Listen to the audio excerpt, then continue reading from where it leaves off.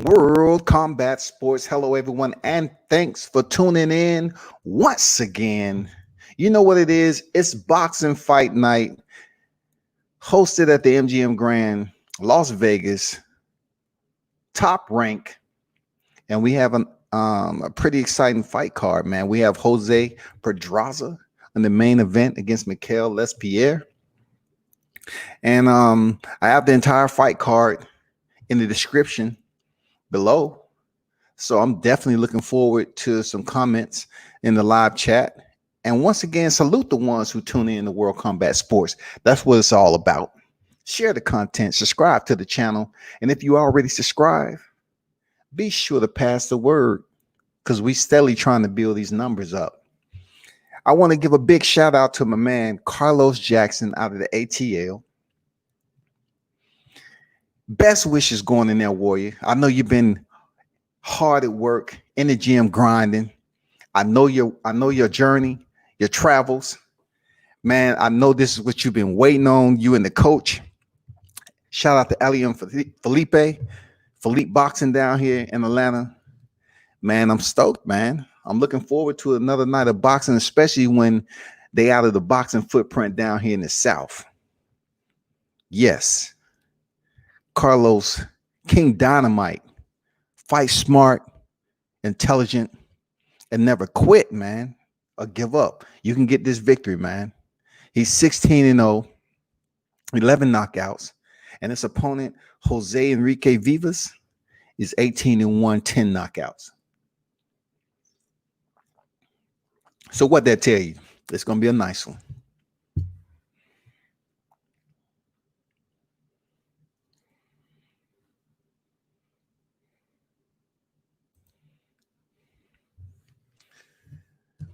What's good? Let's get right down to it.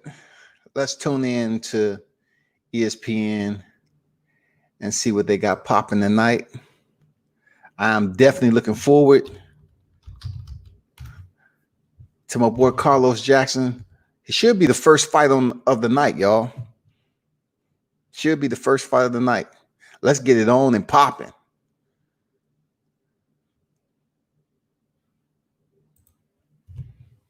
Hopefully everyone is doing great, man. Jump in the live chat and drop your comments, man. It's boxing talk as always. World Combat Sports, boxing, MMA. It's the only way it's going to go. Let's get it in.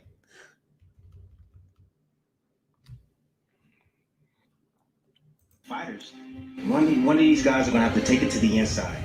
And I believe that when that fighter does take it to the inside, LesPierre will have the advantage. LesPierre. LesPierre. All players around the country. Shout out to the panel.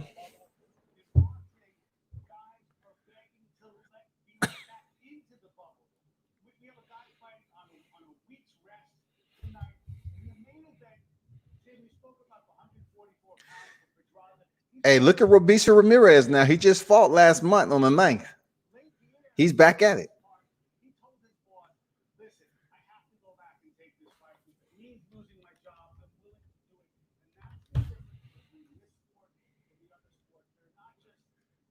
And before the fight gets started, man, I'm going to drop the link. I'm going to drop the link in there.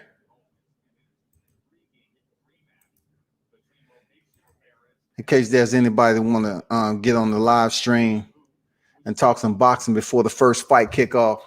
You know, I'm always cool with that, man. Get on here and talk some boxing. Talk about the fight card.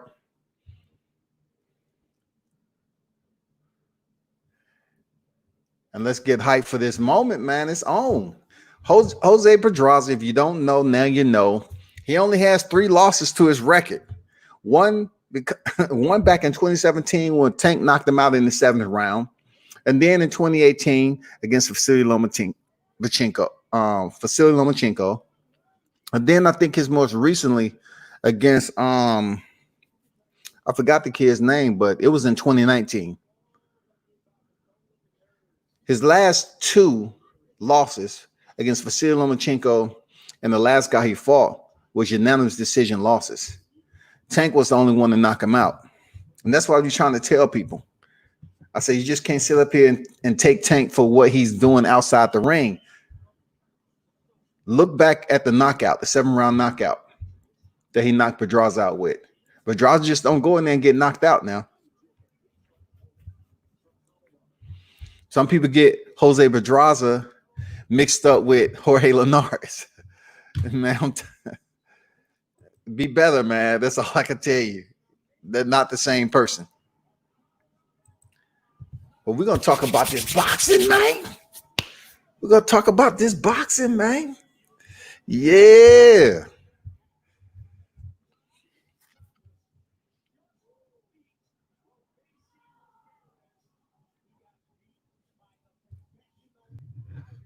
Robeisy Ramirez, man, he has one loss. I believe he's 3-1.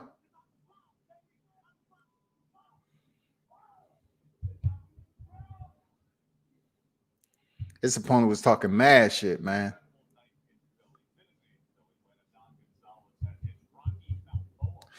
And that's what I'm talking about. Adan Gonzales, man, Robeisy Romero back at it again. Listen, y'all, this is going to be a nice one. This is going to be a nice one.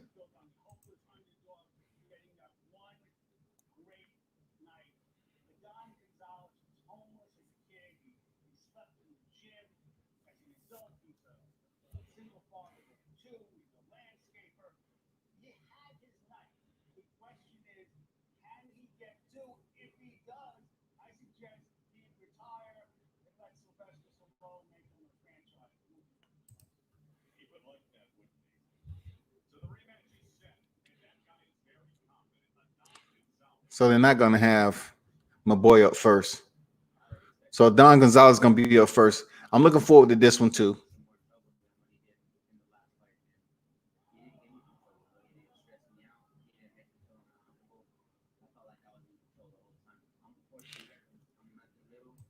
Let's see if his streak can continue. You know what I'm saying? Let's see what's going on. What's going on, Lorenz? Thanks for dropping in, man. Man, you tripping. You tripping, man. You asked me about one fight out of the whole card. To my Vivas or Jackson, who's better?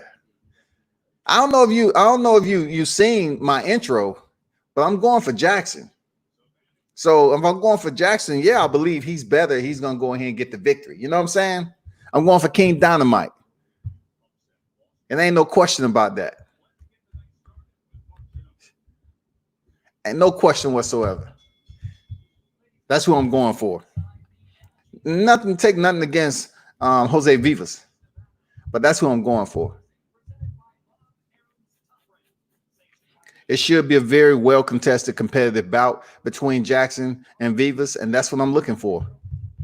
I mean,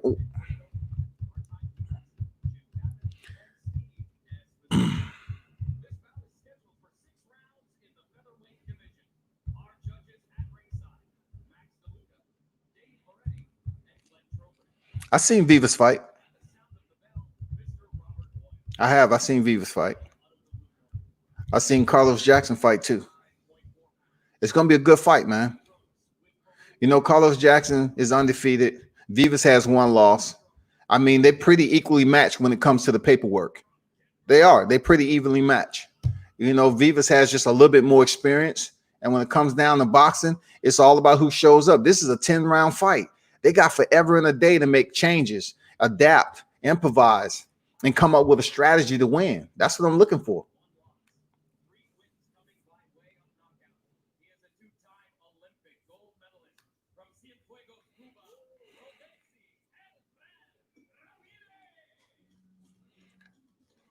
Let's go, Robeisy.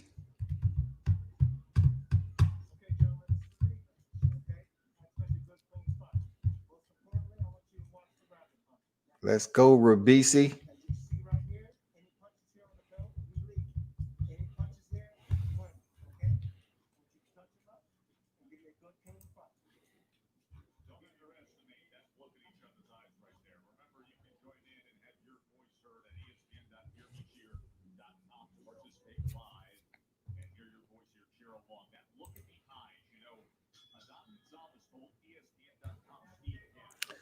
Gonzales versus Ramirez in the first round.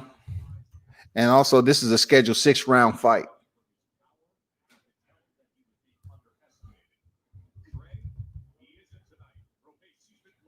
Gonzales is coming out, staying active, with his footwork, a little bit more, over anxious.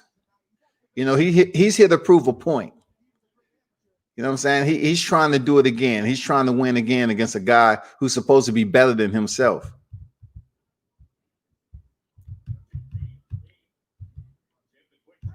Quick blitz by Gonzales, nothing much. Ramirez handled it pretty well.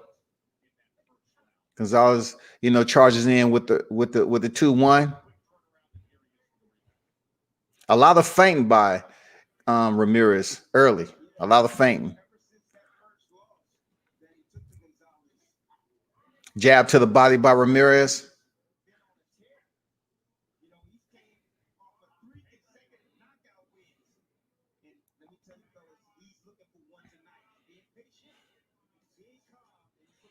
Ray Blanket in the building. What's good? Say good having fights up, bro. Go CJ, future champ, plus 160 underdog. Yeah, man. It's going to be a tough fight for him, man. No doubt about it. It's going to be a tough fight. I know Carlos' father, and he already knows Vivas' weak spots. The body's near his hip. Okay. For sure, man. Appreciate that info. Real talk. Gerardo.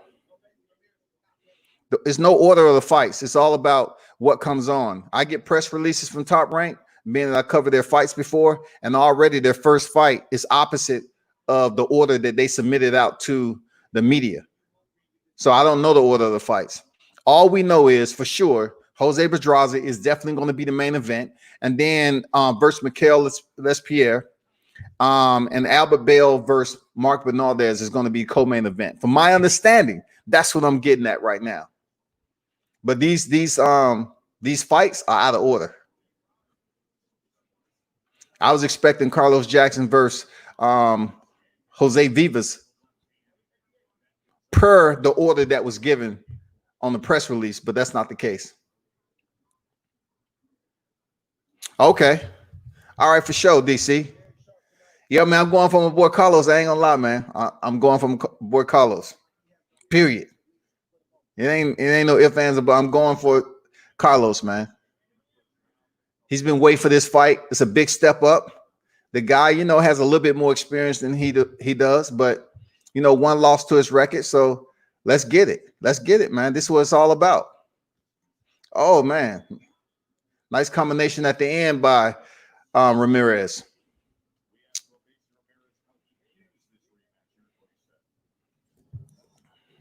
Where y'all out of? You up there at DC or you in the South? What?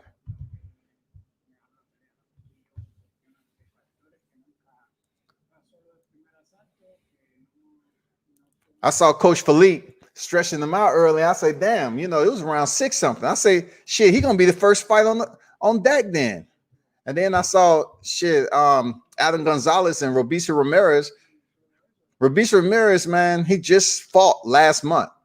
So he's here to collect another check again and also get that run it back and get that victory, which Adan Gonzales was able to get over him, man. It's boxing. Okay. ATL, the dirty, all right, for sure, man.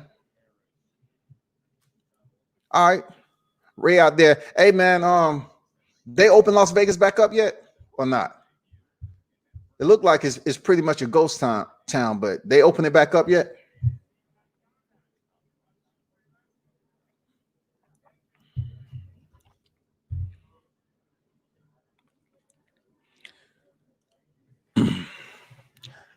Hey, Lorenz, I'm gonna drop you out off the live chat, man. If you keep on tripping, Carlos Jackson professional record. If you look at BoxRec, I don't even need to explain it, man. There's more than one BoxRec out there.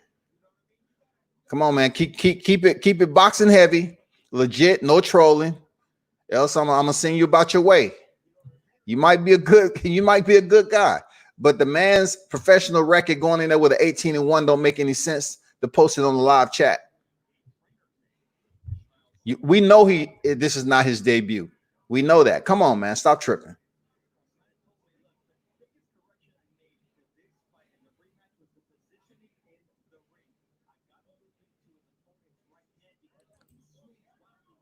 I'm gonna time you out just for acting crazy.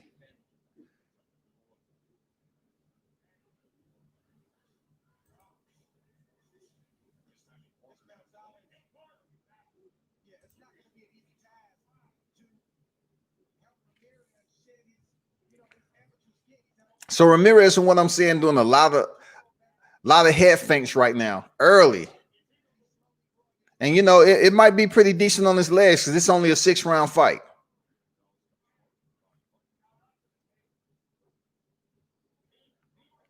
Right now, Gonzales is not biting on any of the head feints that Ramirez is throwing. Nice combination on the inside by Ramirez, keeping it nice and tight, simple, not using no unnecessary energy.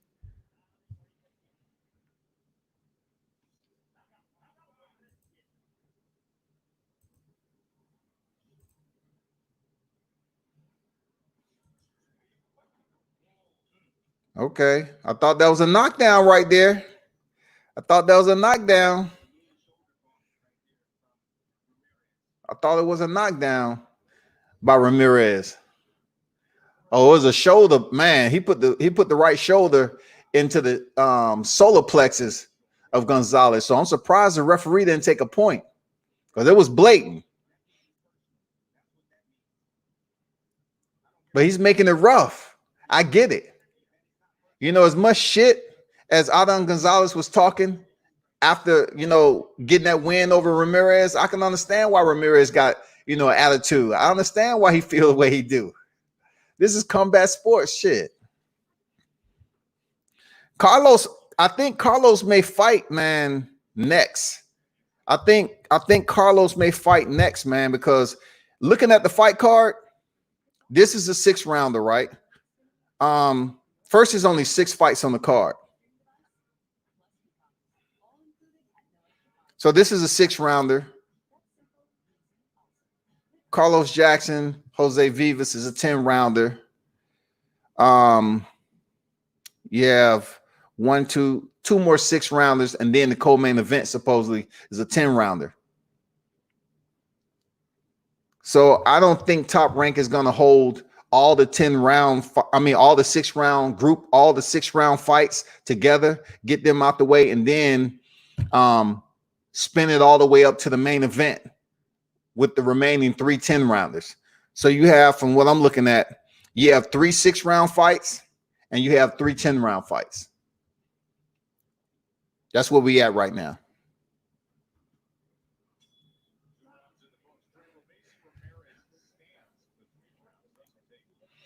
The referee telling them to calm down. No, man, let them cook. Let them cook. Don't tell them to calm down. Come on. We've been waiting to get boxing back on deck. Don't tell them to calm down. Let them go, man. Yeah, it's a grudge. Hell yeah. This dude defeated him via split decision, went back and talked shit. Man, he's doing a lot of head feints. Good defense by Ramirez, though. Man, he tripled up on the jab and then was able to make contact with the left on the tail end of it. Real nice. Look, Ramirez is looking sharp tonight. Ramirez is looking sharp. And this is only a 6-round fight. So Gonzales need to get on the goddamn tricycle real quick and go downhill. He's missing with everything, man. Ramirez is looking very elusive. Great defense. Head movement. He's popping the jab out there, even though it's, you know, he's out of range. He's just putting it out there as a distraction, you know, to try to land that power shot. 3-punch combination by Gonzales in close. They was off the glove, though. No real damage.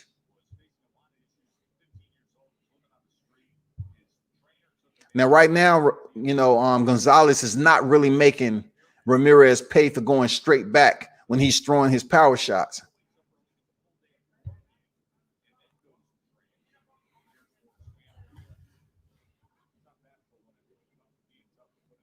Gonzales is touching him, but he's not touching him in a way that's effective when it comes to scoring. They're wide punches, They're off the glove of Ramirez. So he's not really slowing. He's not going to slow Ramirez down any. Ramirez looked like the stronger fighter tonight. And that's what happens when you're coming off a loss like that. This man probably, oh, the referee, I'm surprised he didn't warn him for that cross. Almost that semi-crossface he gave Gonzales. I'm surprised the referee didn't see that. Oh, fighters exchange. Nice. Oh, nice hard left hand by Ramirez. Pushing up against the ropes. Now it's getting physical. Now they're making contact. Ramirez liked the contact. He gave him a smile. It's like, yeah. And look, the referee warned him again about that right shoulder. Now he's pushing Gonzales back in the corner. You know, he's trying to play a little possum and get him to come in so he can try to catch him with a counter. But it didn't work. Ramirez is going to take it back to the center and get that good work.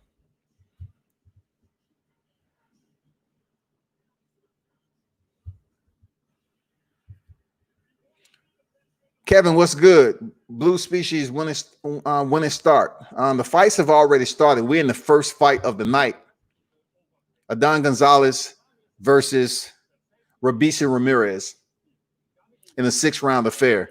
We're on the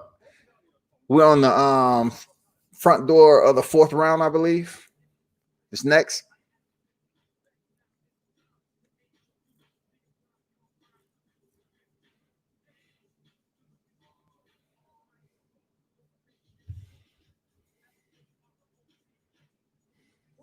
DC said, "Put your money where your mouth." Hey, I had to send him about his way, man. He been clowning ever since he got on deck. I don't have time for it right now. Not tonight, not tomorrow. I don't have time for it, man. I ain't gonna babysit nobody.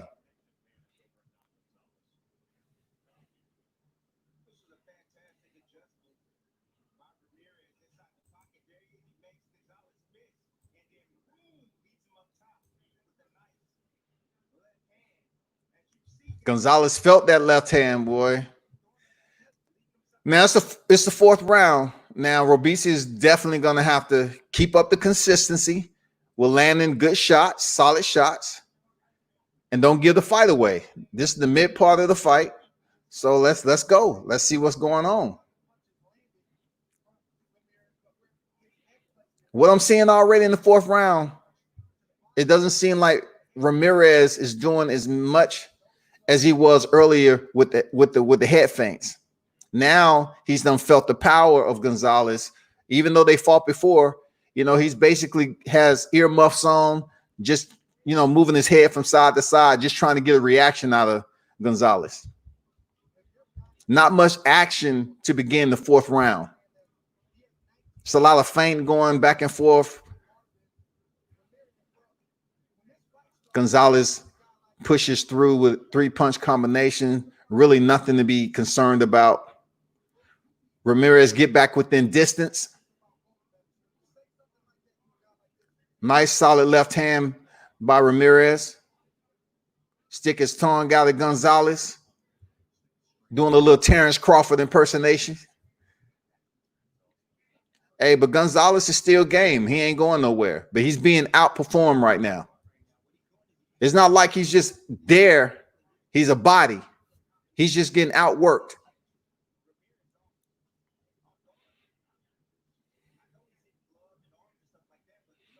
No, Carlos haven't fought yet. Carlos haven't fought. This is the first fight of the night against Adan Gonzales and Robeisy Ramirez. Robeisy just had Gonzales up against the rope and touched him up with, you know, 2 touch jabs, you know, not too serious.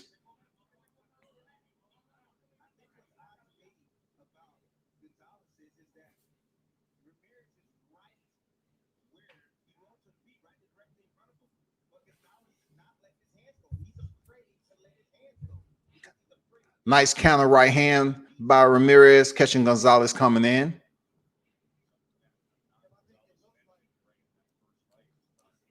Much different fight this time around for Ramirez. And I don't think the tide is going to change for Gonzales. Gonzales is doing a lot of waiting around. This is a 6-round fight. You need to get on the pedal.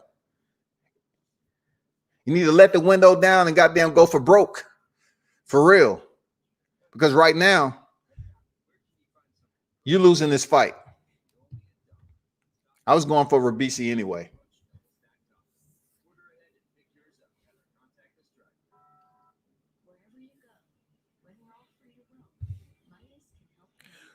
D. Lucky Shalom.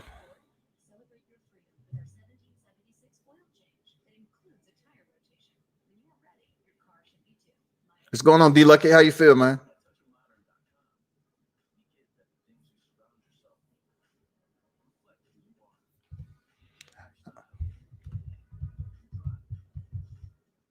Everyone is tuned in, man. Hey, make sure you share the vid. The fights are just getting started. This is the first one on the of the night.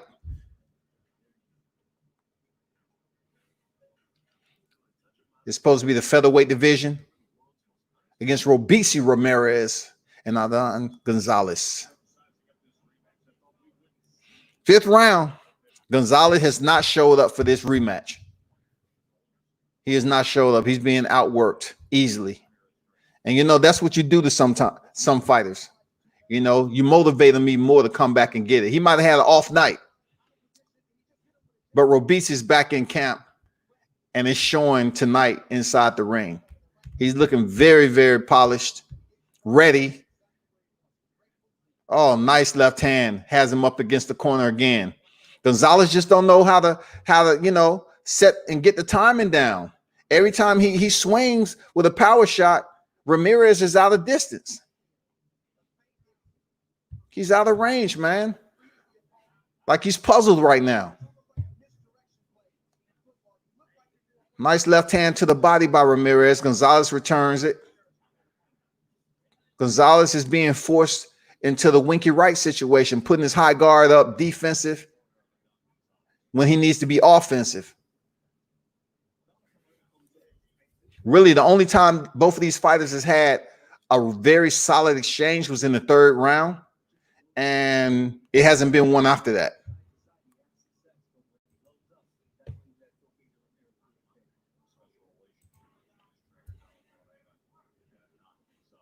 We have 1:30 approaching in the 5th round. Ramirez is easily ahead in this fight. Putting in some solid work. Nothing too dominating. He's just boxing right now. Robeisy Ramirez is just boxing Adan Gonzales. That's all.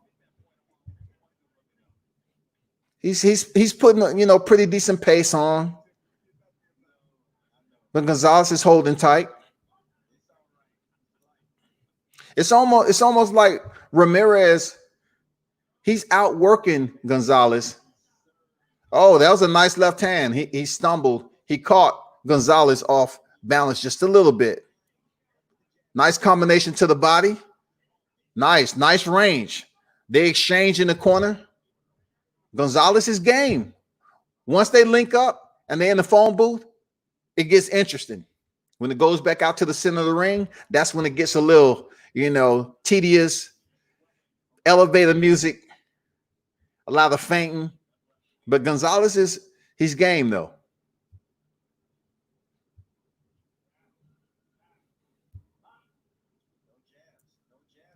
15 seconds.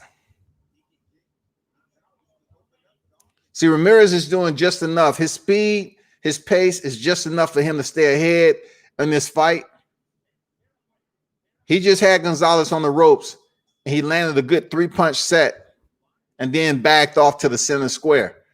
So let's see how the 6th and final round is going to happen. He definitely, if he doesn't leave himself open or make a terrible mistake in the 6th round, which I don't see happening. I don't see him looking the same way he did in the first fight. He looked very, very good tonight. So unless he just totally put his hands down by his waist and close his eyes, he's going to win this fight. Easy. I mean, you look at his face. None of these guys really took any punishment tonight, to be honest. Leroy, what's good? What's good, man? Salute. Thanks for coming in the building. Aaron, I think you call it Simone. At what time is the fight? I just got on now. What fight? There's 6 fights on the card. What fight? You talking about Carlos Jackson? I don't know, man. This is the first fight on the card, 6-rounder. So Carlos Jackson's a 10-round fight. So we're gonna see. They're out of order right now. You look down in the description, that's what came out on the press release. So I was just going off what's on the press release. But obviously, you know, the first fight isn't Jackson and Vivas. Okay. Aaron, hey, salute from Nambia, man.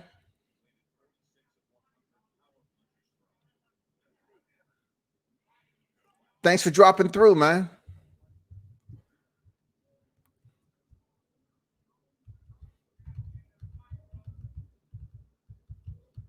Salute to you. Leroy says Ramirez and Gonzales the first fight. Yes, they're the first fight. Absolutely. They're the first fight.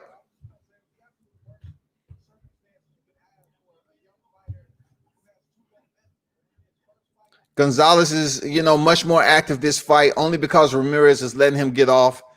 He's not really scared or, you know, feeling any type of threat from the power of his shots. It's a 6th round. So like I said, unless he put his hands down, oh, nice left hand straight down the middle, caught Gonzales coming in. That was one of the best shots of the fight, in my opinion, on the counter. Gonzales is desperate right now, so that's why Ramirez was able to catch him with that straight left as he was charging in. Gonzales is going to look back at this fight and be like, damn, I didn't even come close to measuring up like I did in the first fight. Not even close, man. He motivated Ramirez to come back like this. If you talk all that shit the first time around and you beat somebody, you better come back the second time around and fight them even better than what you did the first. Because he got the business tonight. I mean, he got outboxed, period. He didn't get dominated, but he got outboxed. Man, look how he just slipped that. He slipped up under that right hand and then return the left counter. He's sharp. He's on the bezel tonight. He's just hitting. Look, he's just landing anything he wants right now. Ramirez, anything he chooses. Fighters clinch for what? 25 seconds remaining. They should be throwing down right now. Not really. Ramirez just be taking it easy, you know. He's not really taking any risk. Easy win for Ramirez. I don't know if they're going to shake at the end of this, but 10 seconds remaining in the fight. And Gonzales should know by now that, oh, he slipped under that right again. They exchanged real nice. They end the fight. They showed some sportsmanship.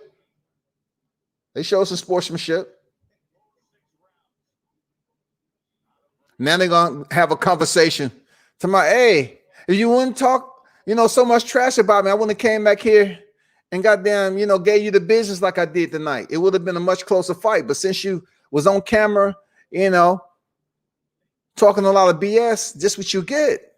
You got me motivated. You lit a fire, and I got back in the gym. Just what they said. He poked at a guy, and Robeisy Ramirez came back and said, no, I'm going to get this back tonight. For sure, shouty. I'm going to get this back tonight. We're going to run this back. And he did, man. Salute to Robeisy to come back and get this victory. Good shit. He knocked the snot out his nose. Damn, that's a good shot. Y'all see that shot? He knocked the snot out Gonzales' nose. Damn. Robeisy, man, come on. Which one is it, y'all?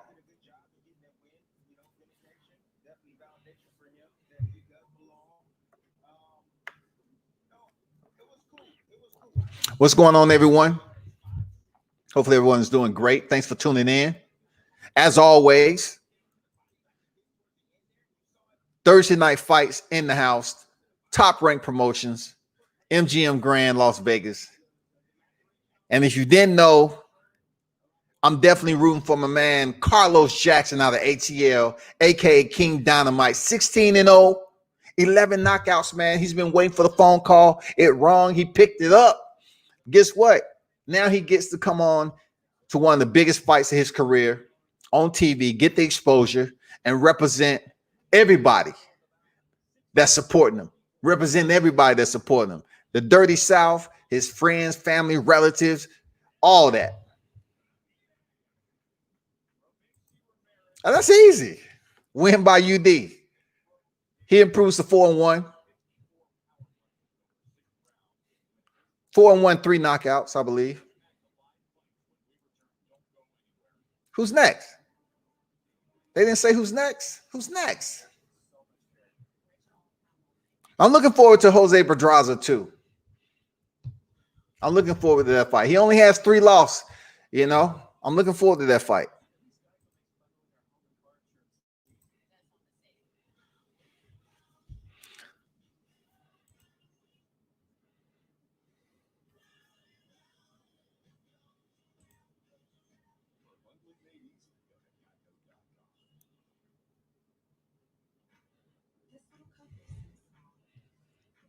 So Jose Pedraza, his last loss was Jose Cepeda.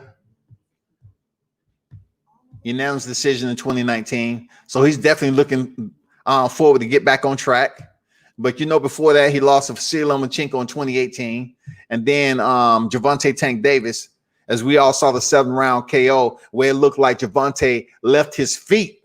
Look, he left the ground, levitated, and hit Pedraza with that right hook.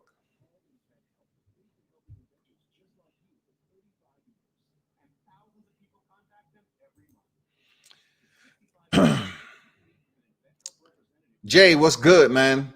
Carlos have not fought yet. He has not. I'm trying to see who's going to be the next fight. The first fight of the night just ended. Robeisy Ramirez avenged his loss against Adan Gonzales. Sent him to 5-3 now, I believe. So I'm trying to see who's next in line on the fight schedule. If you look in the description on YouTube, I put the entire fight card as it was released to me via the press release. Daniel, what's good? Salute, man. Any fights tomorrow or Saturday? No boxing. And, you know, one of the bigger cards is coming up for mixed martial arts, of course, this month is going to be July 11th. And we all know what's the top 3 fights of that. Not to intertwine across thread boxing talk with MMA, but I'm just letting you know, for those of you that tune in to World Combat Sports, I will be covering the PPV. It's a 3 championship fight card. You have the main event. You have Gilbert Burns going in there to challenge for the welterweight title against Kamaru Usman. They were freaking teammates. Kamaru Usman's had 1 defense of his title, and that 1 defense was against who? Colby Covington, and he got the victory. The second title fight is going to be Alexander Volkanovski against Max Holloway in a rematch in the featherweight division, which is continuing at 145. And then last title fight on the card is for the vacant title, man. Henry Cejudo, he defeated Dominique Cruz early fashion, and now he retires because he wants to come back and face Alexander Volkanovski in the featherweight division and become the first 3 division champion. So the third championship fight is going to be for the vacant bantamweight title, 135. And that will be what? Peter Yan against Jose Aldo. Who's next? Who's next? Okay, he's just talking to Robeisy right quick.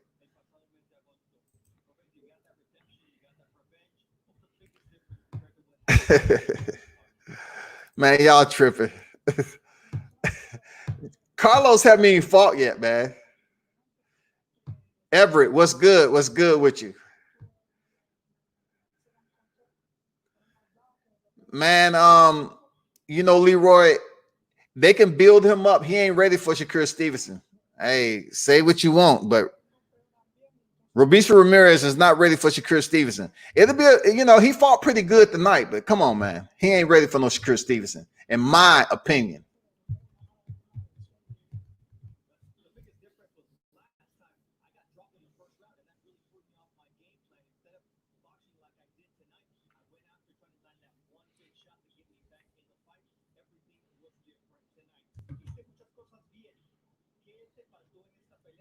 I don't know. There, Aaron. I don't know. I do not know. Have no idea when Julio Sandongo next fight is going to be.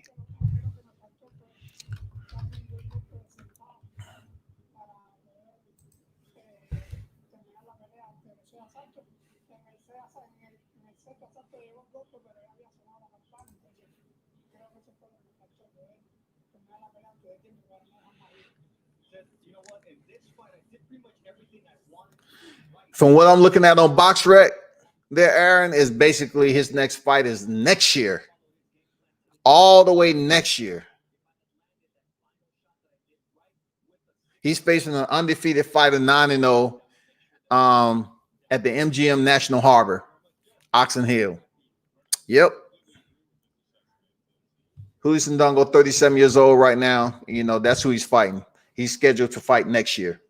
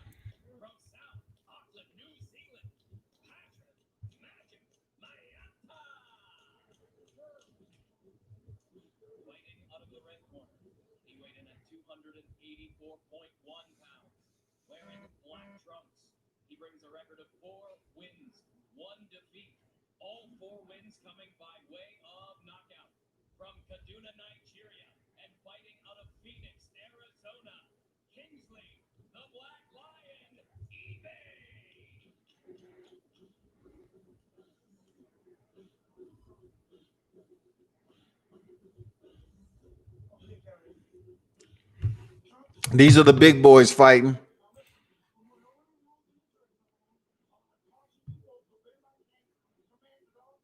Heavyweight division, 6 rounds.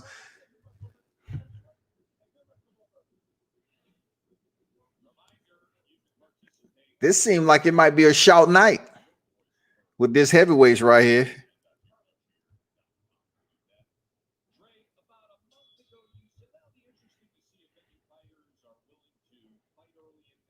First round of the a 6-round affair, heavyweights.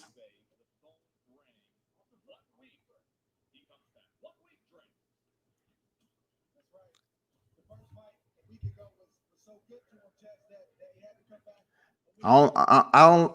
Ibeh is leaning straight back, man. See how he's just bending at the waist? That provides him no range. No range whatsoever. Whatsoever. He's just getting out of the range of that jab.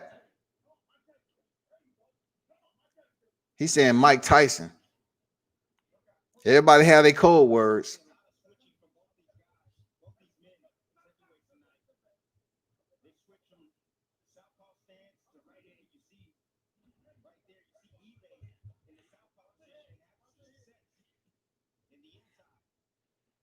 Okay, Ibeh, he's digging to the body when he get in close. I ain't gonna lie, you know.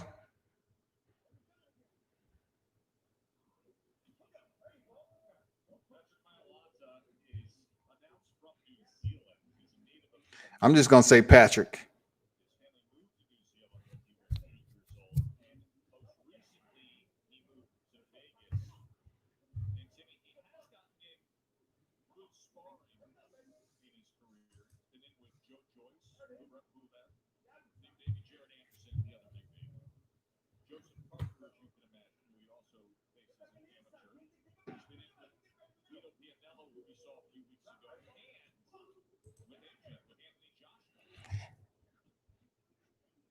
Ibeh is staying active for the first round as a heavyweight.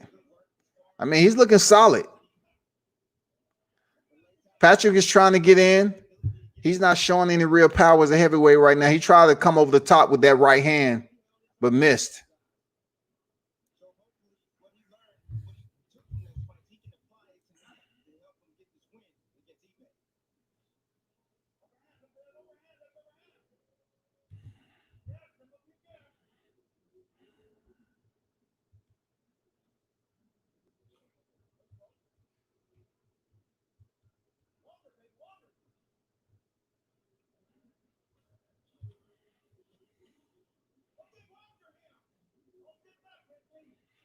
Hey, how do you like this blackout? You can hear all the instructions coming out the corner and everything.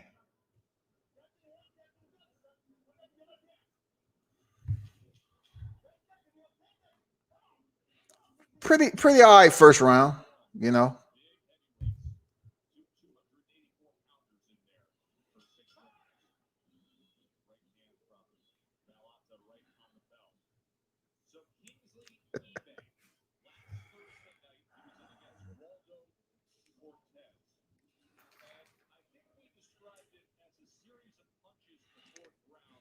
See, this is the one they're talking about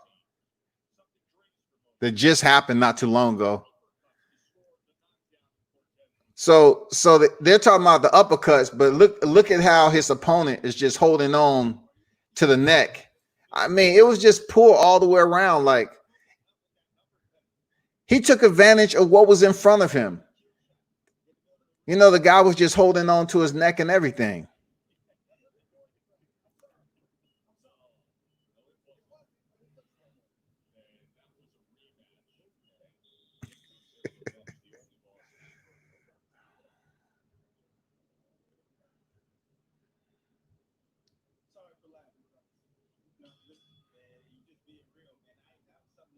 Second round of the heavyweight, second round of 6.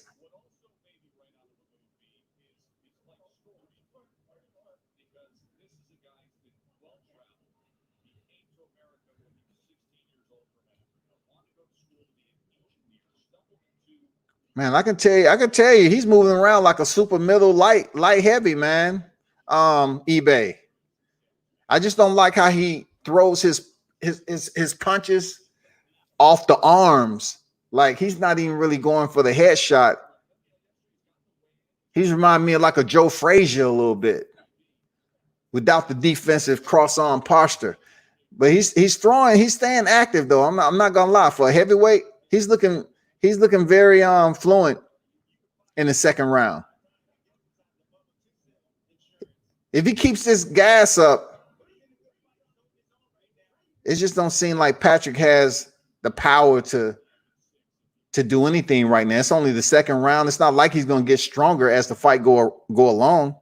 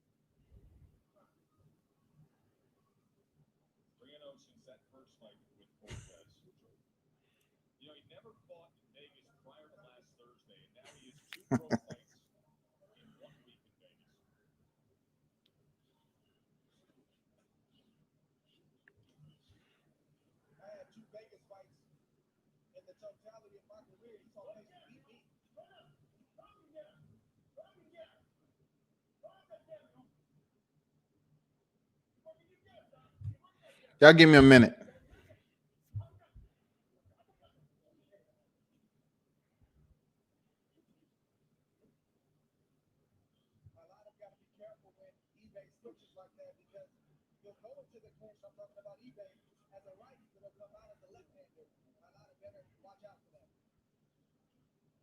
Just people hit me up.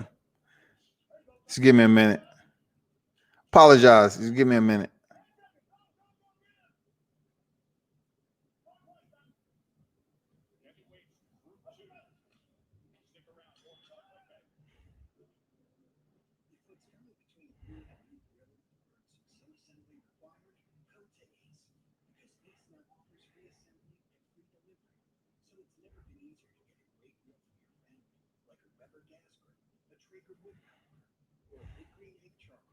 We're in the third. We headed to the third round of the heavyweight fight.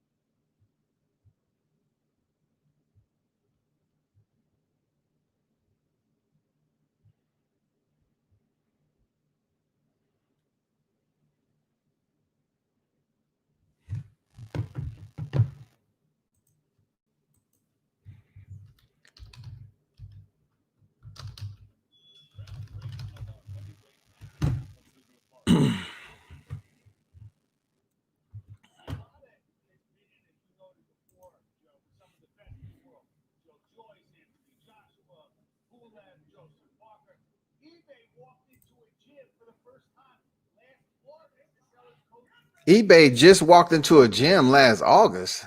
Damn. That's why he's a little bit, shaky with his punches. He just has the physical athleticism right now and the cardio.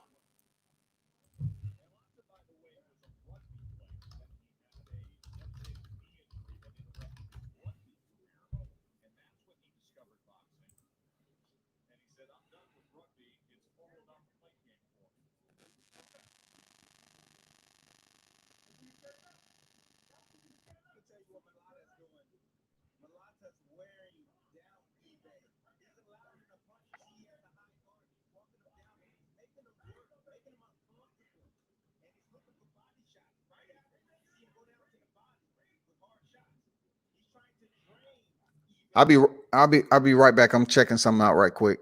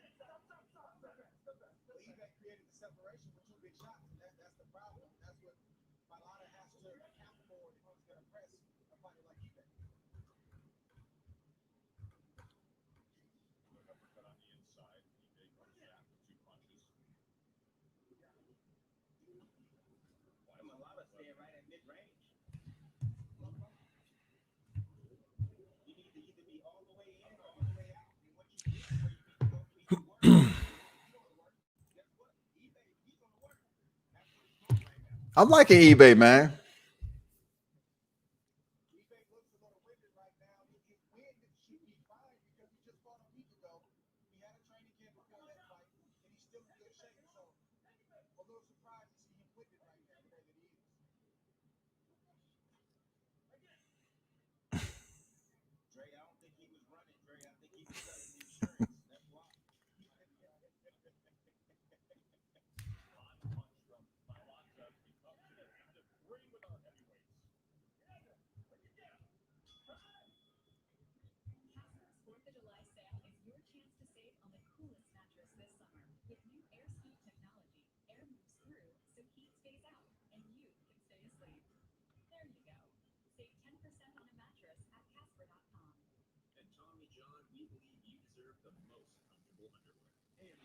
My fault, people. People hit me up about something that's going now.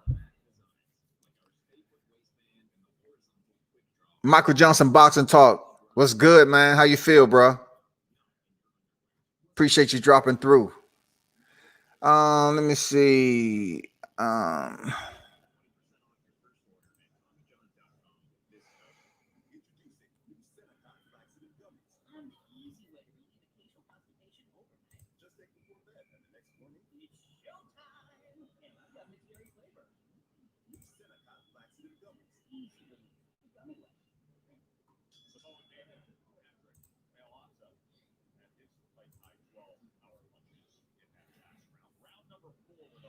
Okay, round number 4, man. Ibeh still hanging strong. Good exchange between them to start off the 4th round.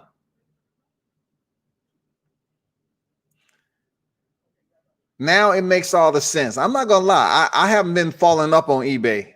I saw his fight last time, and I just thought the guy was holding on, might have been exhausted. I mean, it looked impressive to certain people, but not to me. But this fight right here, I could say he's actually winning. You know, even though he has a long ways to go on his skill, his technique, he's athletic as shit, man.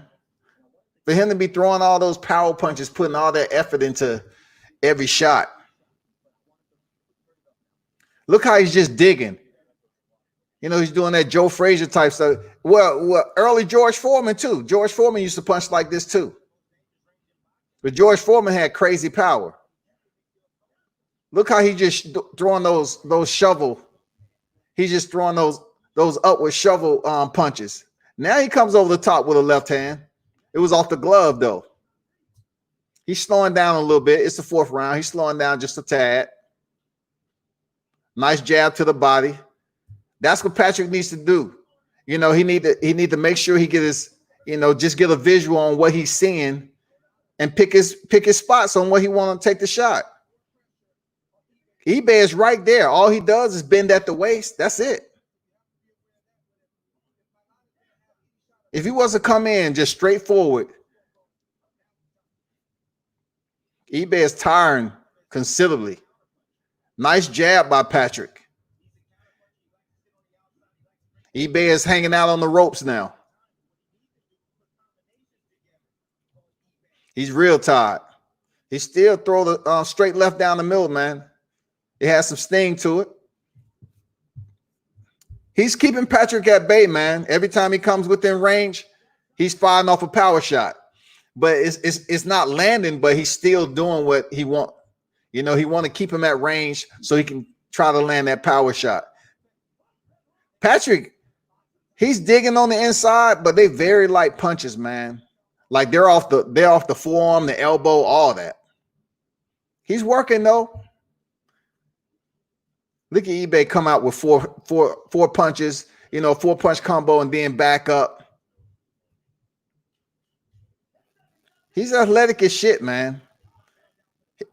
He got real bad technique, but he athletic as shit. I ain't gonna lie. To just start August of last year, he's a tough dude, man.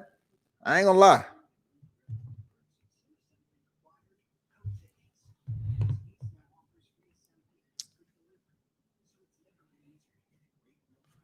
Guzman, what's good? What fight is next? I don't know what fight because they've been going out of order.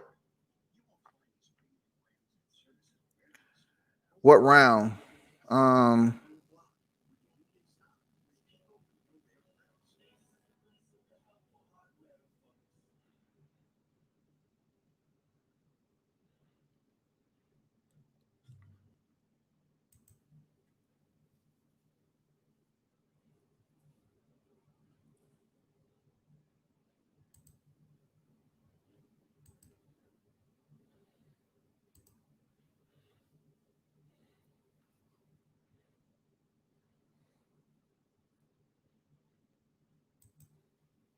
We're in between rounds, heading to the 5th.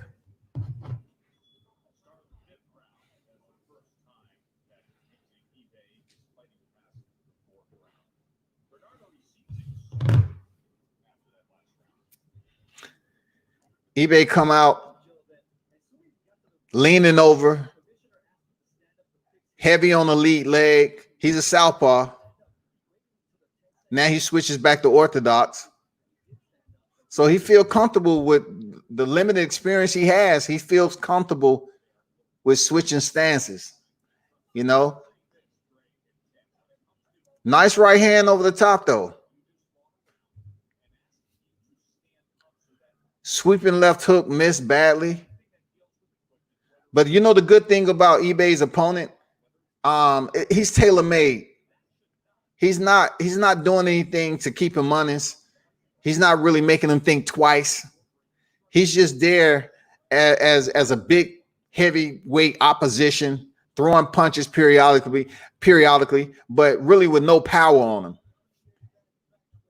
One thing I like about Ibeh, he's staying active. He's a more active fighter.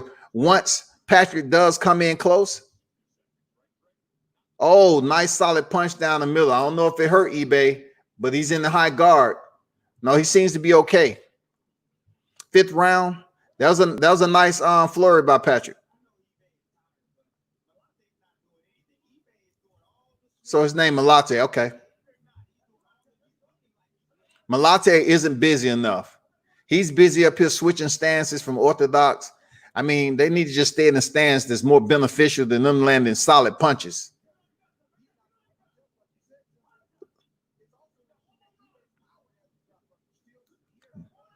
They're exchanging well on the inside, man. They're throwing some punches on the inside.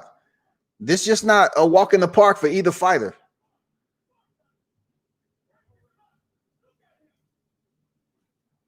Man, Ibeh is tired. He's gassed. But he's still fighting whenever he'll take those little short moments, pause, take a little breather, and then he'll come out with no less than 2 punches. No less than 2 punches, man.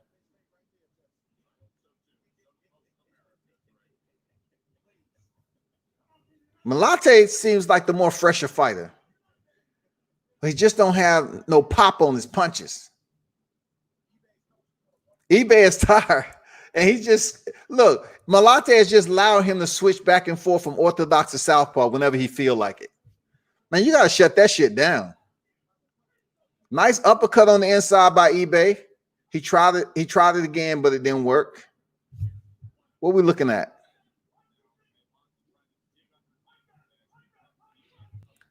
Man, these guys are so close to one another, swinging for the fences. And no one has hurt anyone. It's a pretty decent fight, though. It's all good.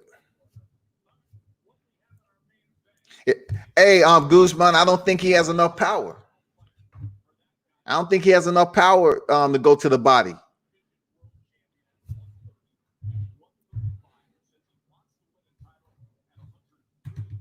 Jose Pedraza.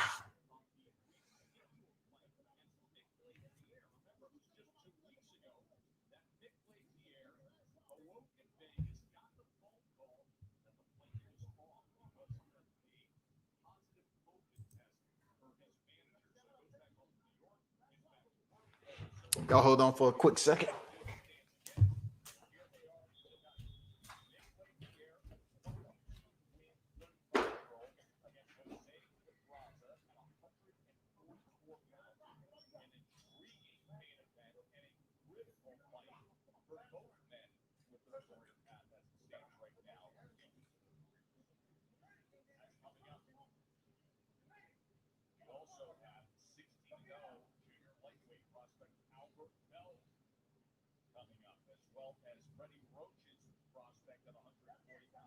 Elvis, Ramirez, he will be fighting next. So we have undefeated prospects and then the former two-division world champion in the main event. 6 final rounds here. You see him playing with Ibeh on that. Low blow. That low. Kenny Davis is going to give you time. He's a smart man. He's going to take his time.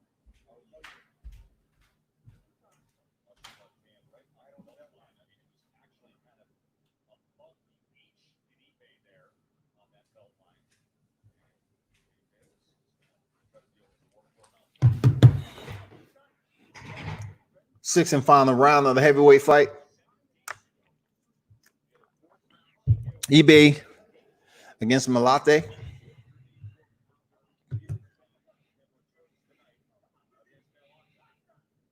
Mailata. Okay, Mailata coming on. Ibeh still landing that left hand, man, just with everything on it. His mouth is open. He's tired, but he's still swinging though. Bad form and all. Hands down by his waist. Mailata just don't have enough sting to his punches, man, to hit to the body and then come up top. He's sitting there watching. He sees the whole frame up top. He sees his hand is down by his waist, but he's just not popping the jab out there to set anything up. He's just sitting there posing. Look at that. He's switching back and forth. Both of these fighters are switching back and forth. Like, it's amazing. He's going from right to left, and it's no product. It's no. What is the effort for? What is the end state for switching and showing your opponent a different look when you're not punching? Now they go head to head in the corner with a minute left. Mailata is doing pretty decent on the inside, but he's allowing Ibeh to take a little short, quick breaths and then swinging and landing hooks. So Ibeh takes his breath and come back out. Where are the uppercuts? Let's land some uppercuts, fellas.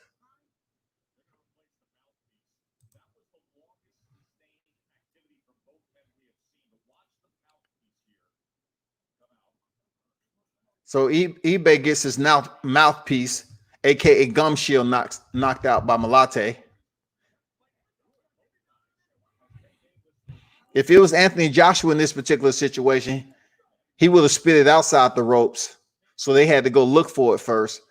And then, they had to ask his corner, do they have a backup mouthpiece? Man, Mailata, man, he's standing in there, but he's just not acting. Okay, now they're getting into it.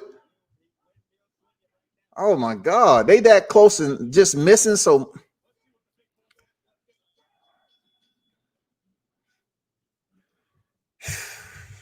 hey, it is what it is, man. Ibeh is exhausted. These are heavyweights. But, they definitely need to work on their cardio. Ibeh needs to work on his boxing technique, setting up his punches better. Those shovel punches, it's not going to get him anywhere fast moving up the ranks. He's punching like George Foreman before he went on a 10-year hiatus. But George Foreman had power in between his punches, man. He had dynamite in his hands.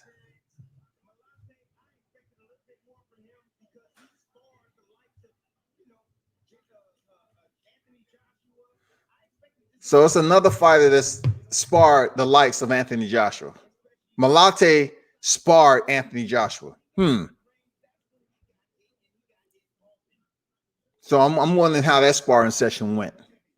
He was just there to be a punching bag, going from corner to corner, switching stances. Because I'm gonna tell you, tonight, Mailata was fighting like a sparring partner. I ain't gonna lie. He was waiting around a lot, waiting for freaking Ibeh to get off and return punches. So being the former sparring partner of Anthony Joshua, I wonder what type of work Anthony Joshua got. I'm not trying to be disrespectful, but I'm just saying. Guzman said a draw. Okay.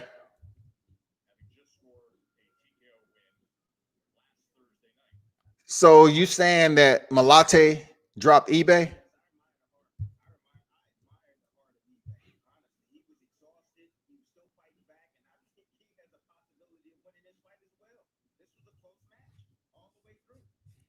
Let's see who wins it.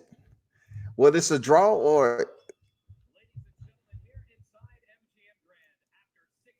rule the low blow. Man, they're tripping.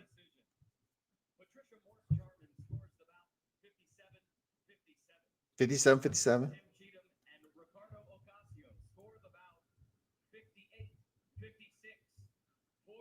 Well, it's a winner.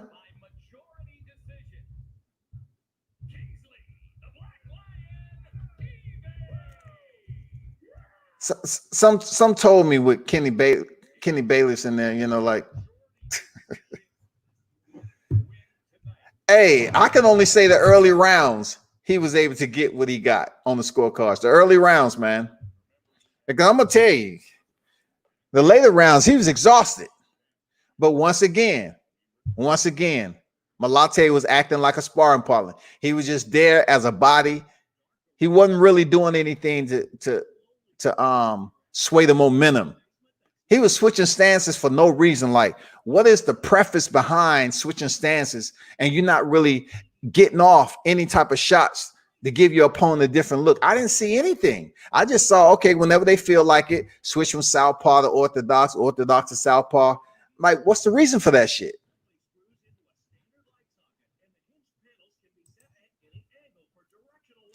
But Guzman was close, though.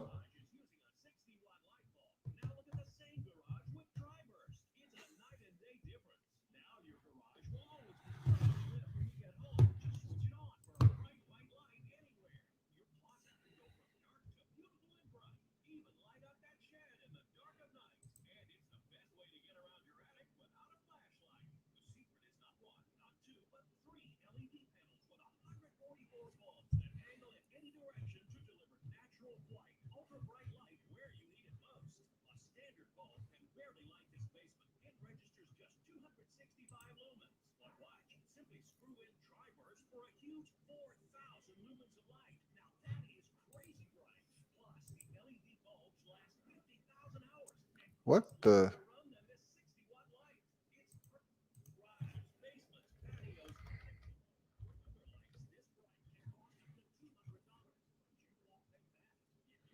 What the hell?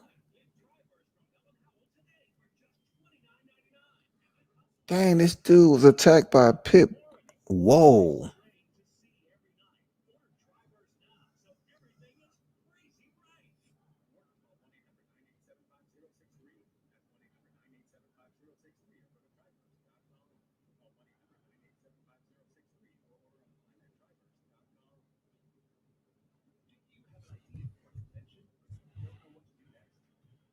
Dang, that's a bad cut.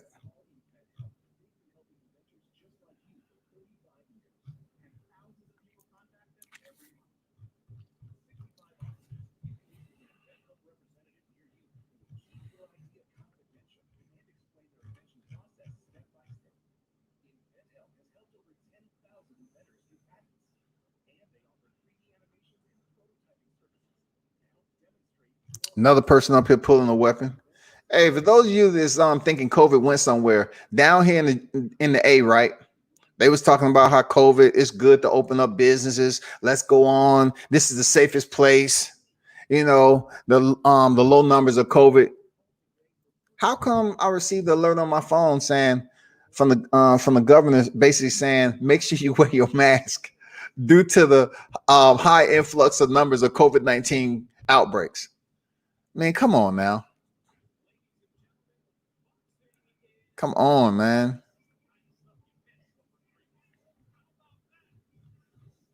They were saying the ATL was one of the safest low risk place to travel to, but now we on the hot list. We're on the hot list for the for new fluctuation of COVID-19 outbreaks.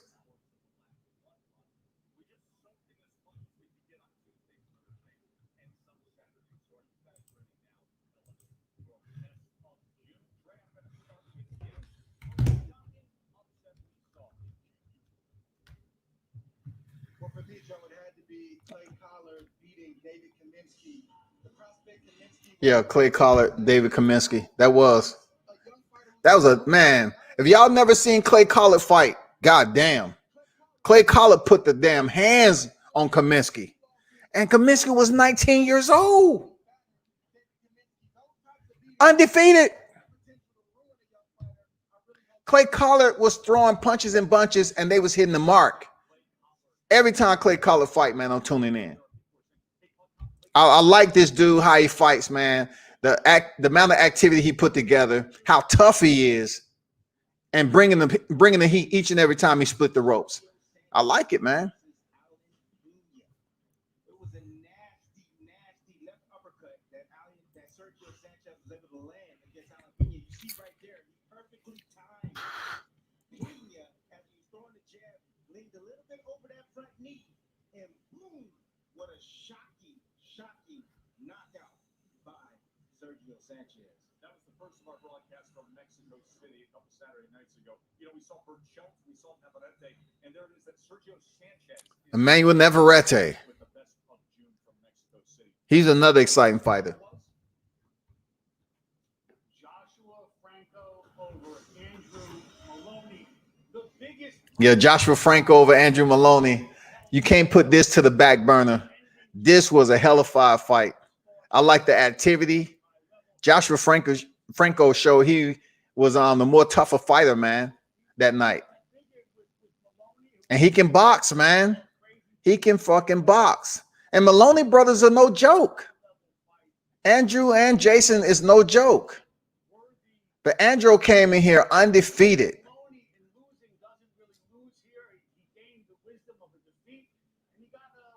He came here undefeated, man, and Franco won't be, hey, Franco wouldn't be denied that night, man. He wasn't hanging out using his footwork on the outside. He was right there standing in the pocket with Maloney. Very nice fight.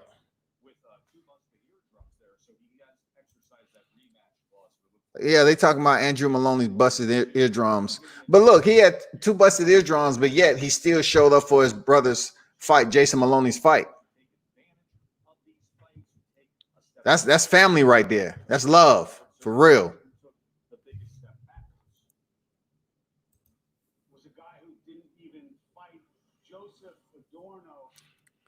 Joseph Adorno. It's been a while since Joseph Adorno, man. I salute this cat, man. I got an interview with him like 2:30 in the morning, man, after a fight card. I appreciate shit like that.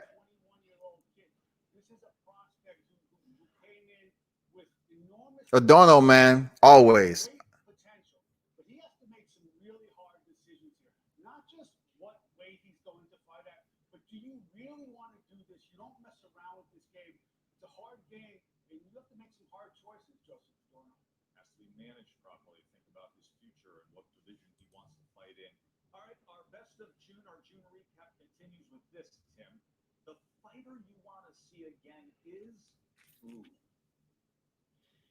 You know what? I was raised up on heavyweight boxing test, and I have to say Jared Anderson is the guy that I want to see again because he is homegrown. Jared Anderson, man, they building up this heavyweight big time, and he looks impressive. Of course, we still looking for him to step up in competition. But his last opponent, I actually seen him fight on the regional card. He was a very tough guy, man, but Jared broke him down. I mean, he broke this dude down.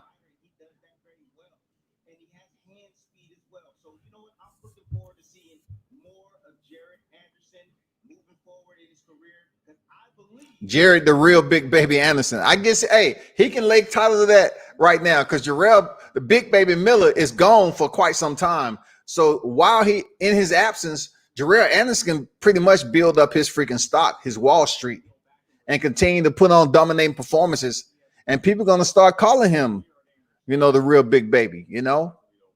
It's not going to be anything Jarrell Miller can do about it.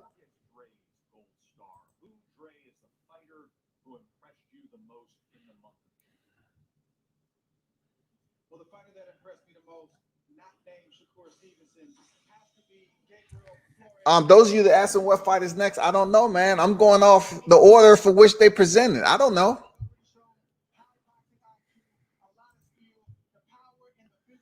I don't know. They out of order, man.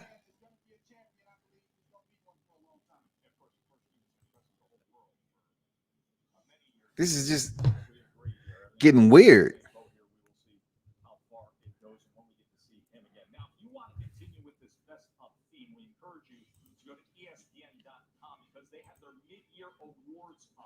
And we will tell you that Fury Wilder 2 was voted the best moment of the mid-year by ESPN.com. You can head there to see the other mid-year award winners in boxing.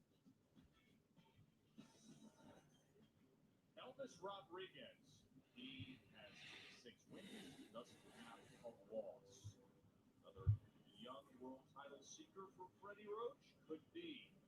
He is up against Danny Murray, hard-working Jersey guy who is seeking an upset.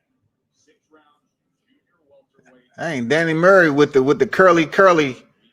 That's your answer right there. Elvis Rodriguez versus Dan Murray is up next in a 6-round junior welterweight fight. Both weighed in right at the junior welterweight limit of 140. Dan Murray weighed 139.2 and Elvis Rodriguez 140.2. That's the next fight for those of you that was asking.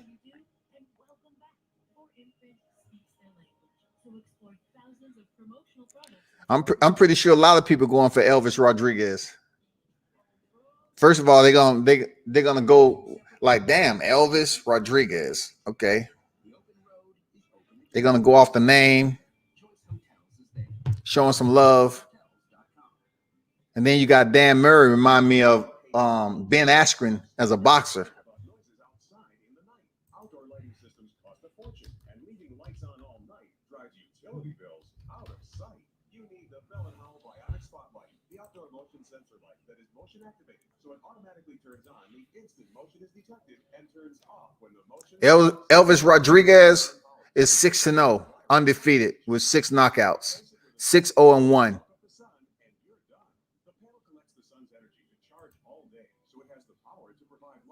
Danny Murray is 5-3.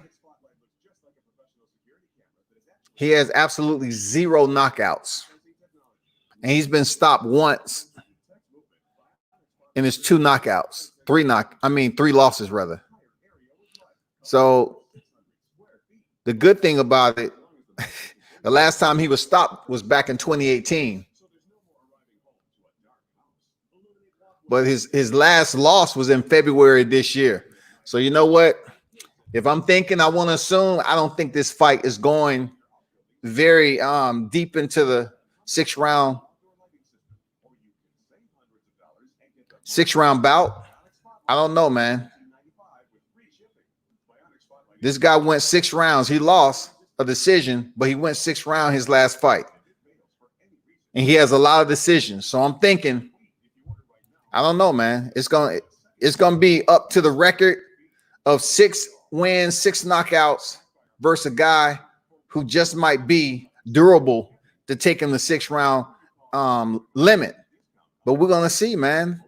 We're gonna have to see what it all boils down to, because this dude don't look like he has any power to make Elvis Rodriguez think any different about getting his ass early. When you got a record of 6-0, 6 knockouts, I know a lot goes along with that. It's all about your oppositions. It's all about who you fought and everything. It's all about that.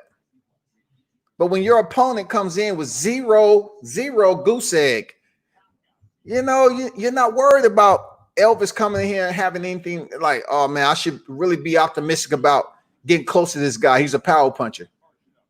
Not really. And looking at Elvis already, he already looked like he the more stronger, bigger fighter, man. I don't know, man. We'll see. Looks are deceiving sometimes when it comes to boxing. Danny Murray may be deceiving. Just give him a little bit of time, get warmed up.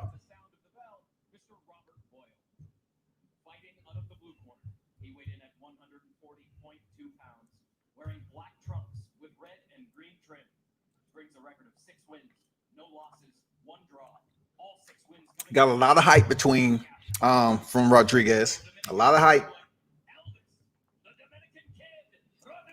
The Dominican Kid, you know, got Freddie Roach. Shout out to Freddie Roach in his corner. Oh, okay. I see you over there, Coach Gleason out of Gleason's. He brings a record of 5 wins, 3 losses from Lenoka Harbor, New Jersey. Danny Danny Boy Murray. Any predictions, people? Any predictions? Is this fight going the distance? Any predictions? He's going to attempt a single leg takedown on his way down. All right, so Danny Murray gets this spot against Elvis Rodriguez. Danny Murray is a cook at a nursing home back in New Jersey. Okay, Danny Murray is a cook at a nursing home back in Jersey. Okay. Dominican Republic, where he says he came from a amateur boxing school. Okay, first punch landed by Danny. He's heavy, you know, he's active on the jab early, putting the stick out there.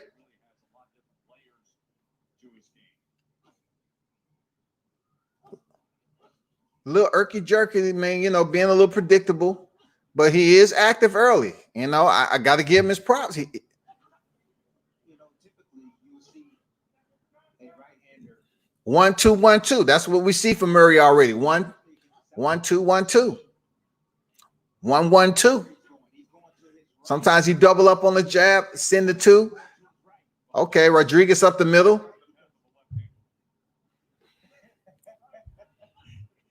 Rodriguez kind of give me that feeling he's just only a moment away from landing some heavy shit. Call the demolition team. I don't know, man. Murray might be deceptively tough, man. He's long. He's long with his jab. I ain't gonna lie. Ramirez is a good young prospect who is very mindful of the perception of Dominican fighters. He said people say that we don't have chance and we don't have discipline, and I want to do my part to change that perception. And Nice jab by Rivas. 3 losses, no KO. So on paper, he's not supposed to give Rodriguez any trouble, but we also had St. Collar just beat David Kaminsky, so paper only tells. I like what I'm seeing with Murray early. I'm not gonna lie. I know it's the first round, a minute 15 remain in the first round, but you know, a lot of things can be happening right here. Rodriguez taking his time. Murray's looking good with the 1-2, man. Consistent. And he ain't just throwing punches out there. Oh, he called him. Just like I said, he caught Murray. Fight is over. He's out. He's through the ropes, man, holding his face. It's over. It's over. He landed one good punch. What I was saying, it seemed like Rodriguez is just waiting, calling the demolition team. That's what I meant. He was just conserving energy and looking for the right spot. Damn. Woo.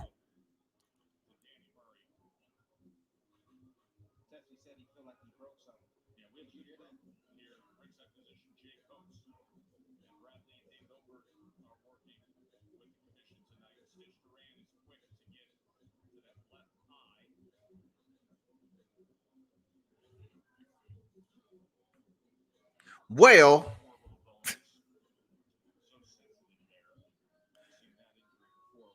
they said orbital bones so sensitive.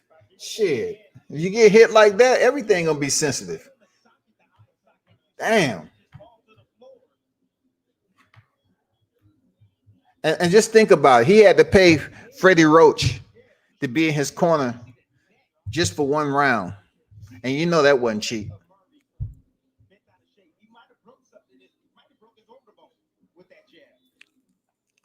That's crazy. Ooh, that was stiff. Ooh. Rodriguez just stuck the jab out there, man. Damn. Something's going on, people. I don't like it.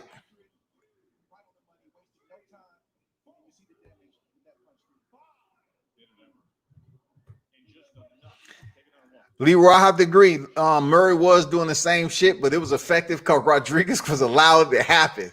Rodriguez is like, shit, I allowed this shit to happen. It's only a matter of time.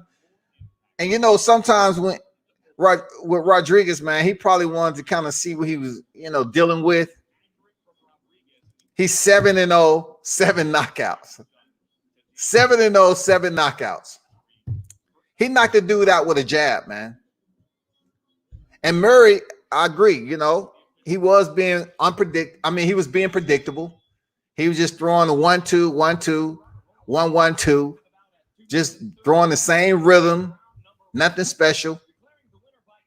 Freddie Roach said, "Cool, I get another paycheck. I didn't even have to break a sweat tonight."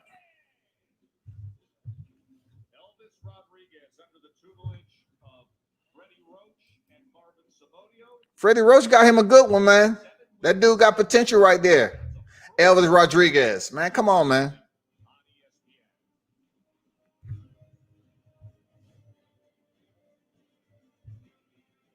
Evan, did you know Geico is now offering an extra 15% credit on car and motorcycle policies? Okay. That's 15% on top of what Geico could already save you. So what are you waiting for? DJ Khaled to be your motivational coach? Yo, Devin, remember to brush in a circle motion. Thank you. Tiny circles, Devin. Do another one. Another one. Just good? Put in that word, Devin. Don't give up. Geico. Save an extra 15% when you switch by October 7th. Here's another challenge. Dad, what are you doing? I'm TikToking. Where can you find something crunchy and melty and only $1? Man, this sucks, man. $1 Nacho Crunch double stack taco. Order ahead and pick yours up at our contactless drive. It's a war zone out there. Hey, those of you that's dropping through, I do not have the order of the fight cards. Look, I put it down there in the description as I received it, as I repeated before. I don't know the order of the fights. I know Rodriguez just finished Murray in the first round with a damn stinging jab. He improves to 7-0, 7 knockouts. He definitely has a bright future. Be on the lookout for him. Freddie Roach train. Even a fried egg won't stick. Amazing. No matter where you try, everything cleans up just like that. Shine Armor with nano ceramic is made in the USA, and it's not just a little better, it's a lot better, making all other polishes obsolete. The secret? Our exclusive ceramic formula that fills in micro cracks and crevices to create an ultra-durable protective barrier against harsh elements. Even fire can't break the protection, and nuts and bolts just bounce off without a scratch. Bumpers, trim, mirrors, glass, and more. You'll get a beautiful showroom shine with Shine Armor. Professional ceramic finishes can cost you thousands, but act now and get Shine Armor for only $19.99. But wait, we'll also send you 2 premium microfiber towels for a perfect, easy application in just minutes. Absolutely free. And we're not done. We'll double this offer and send you a second set. That's enough Shine Armor for your cars, trucks, boats, RVs, and more. Just pay a separate fee, and we'll ship it to you free. That's 2 bottles of Shine Armor, 4 microfiber towels, and free shipping. But you have to call or click now. Order call 1-800-430-4403 or go online at buyshinearmor.com. Don't wait. Call 1-800-430-4403 or go online at buyshinearmor.com. Order now.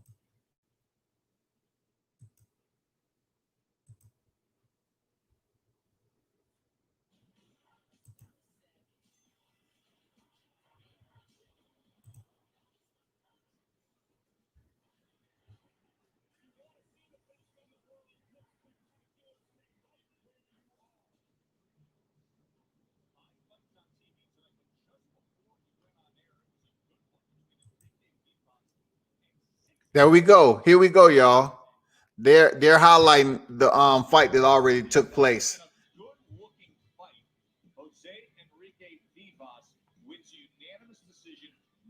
There you go. 93 on all 3 judges' scorecard.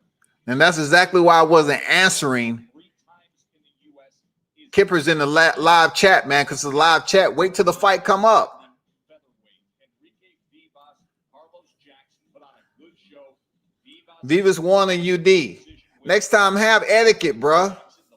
You come up here acting like, you know, you want to ruin it for everybody. So those of you that was waiting for Carlos Jackson, he lost the UD decision to Jose Vivas. Kippers and the rest of the people, if y'all jumping in this live chat, man, it ain't all about being first. Just chill. If you know something before everybody else, just chill, man. I'm the host. Don't really try to press me to sit up here and tell a live chat when they tuning in for boxing. It's an etiquette, man. You let them announce the fight that wasn't televised. It's not even out yet until they announce it. Now it's going to go on BoxRec, and now everything else is going to happen. They decide not to televise the fight.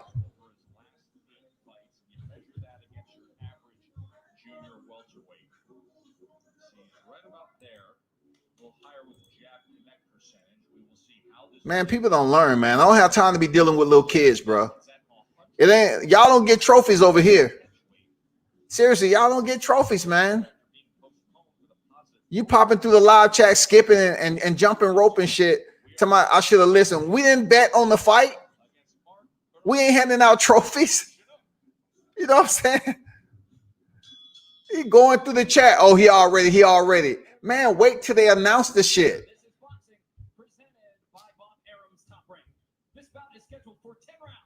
Now everybody know, man, Carlos Jackson lost a unanimous decision. But still, shout out to Carlos Jackson, man. Now 16-1.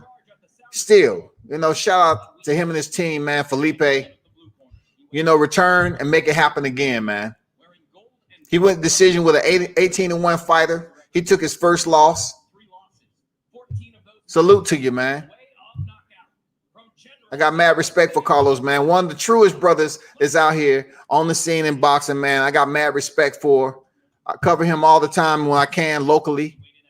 But as a host on my media platform, I try to give people the benefit of the doubt to chill. This Kipper's cat kept on coming over here like he wanted to be first, like he just popped the cherry or something. Like he was just like, oh, man, I got a nut tonight. Now I want to go up here and spread all this energy on the live chat and be first at saying that Carlos lost the fight. You don't do that, man. It's etiquette around this bitch, man. Wait till they announce the damn fight that wasn't televised.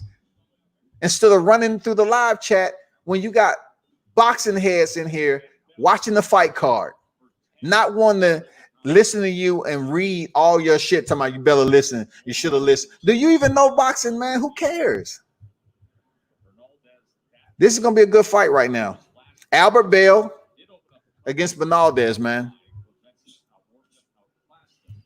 Look how long and rangy. Who Albert Bell remind you of with that form? He remind me of kind of like Diego Corrales a little bit. You know what I'm saying? A little like Diego Corrales.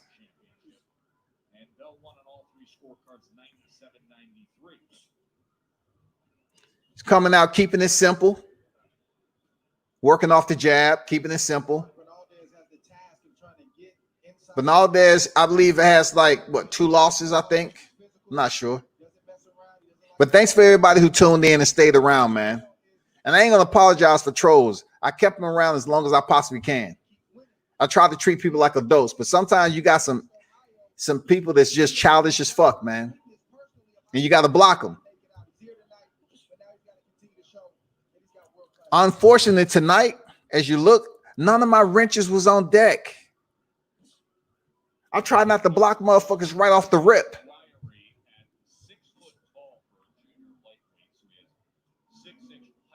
I knew the results. When I was on my phone, I was texting people. But out of courtesy, man, the code, the etiquette, you just don't go up here and do that shit during a boxing fight card until they announce it.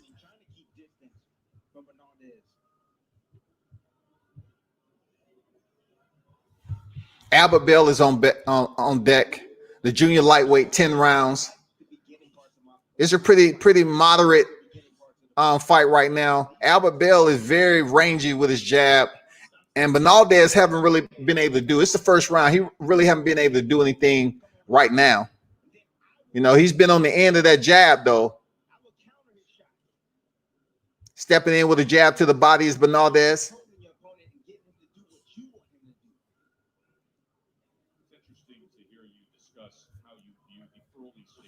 Bell with a step in left uppercut. Nice. I like it. On the shorter fighter, using his advantages to his disadvantages.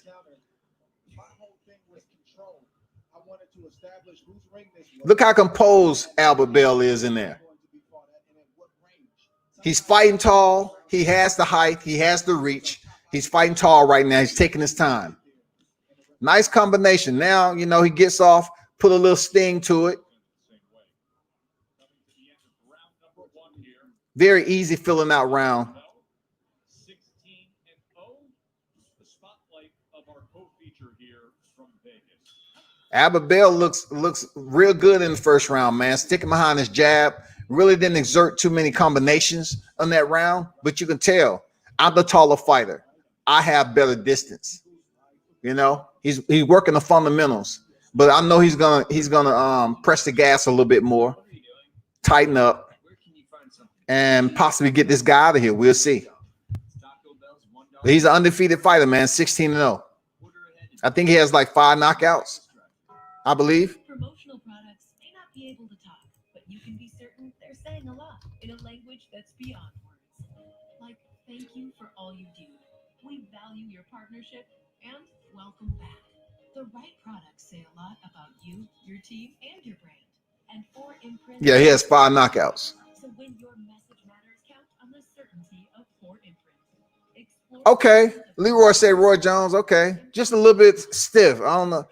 Yeah, I can get the posture a little bit.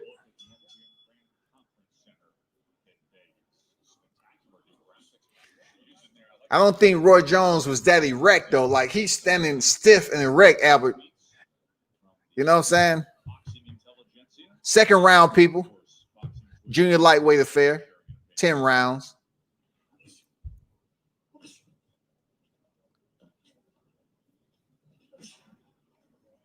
Hey, but Kevin, they took the betting down. They took the betting down though.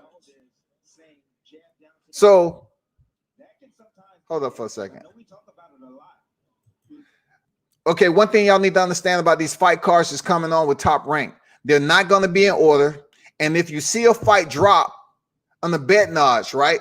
You see it drop. That means it's not going to be televised.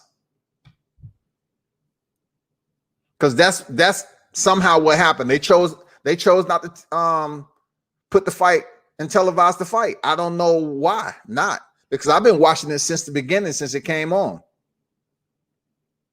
So, you know, just be cautious about that. Those of you that's put money and betting on these fights, man. They still got the lines up. Should I bet on it?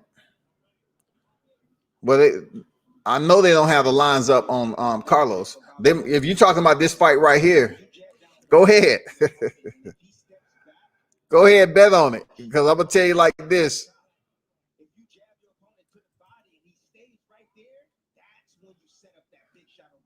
Bernaldez, right, is 20-3, 14 KOs. You know what I'm saying? He has more KOs than Albert Bell.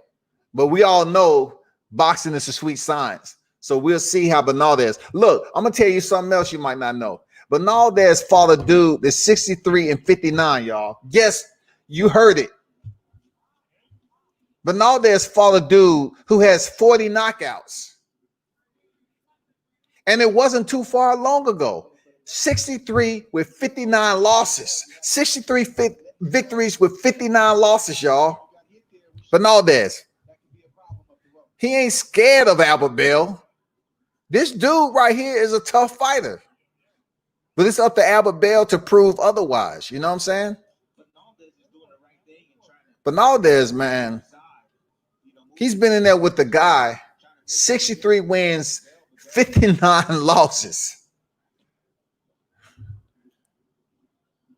Come on, man. Over 100 fights. Albert Bell is you know, he's just brawling. He got it on brawler right now. It's just brawling. He's not overexerting anything. He's just trying to get, you know, feedback on who he's in there with. Taking it easy. It's a bit bland right now, to be honest, you know. Okay. Robert said took Vivas, not paid off. Philippines been pulling upsets late. Yeah, Philippines, man. I know which one you're talking about. You're talking about Mike Planilla against Joshua Greer Jr. Listen, in my opinion, check this out. They haven't been pulling up upsets. Filipino boxing You talking about somebody who visited the Philippines in the 90s. I know how tough and where they come from. I know they're tough fighters. Believe that. They're not really pulling out upsets. They just putting themselves in the on the big stage and performing.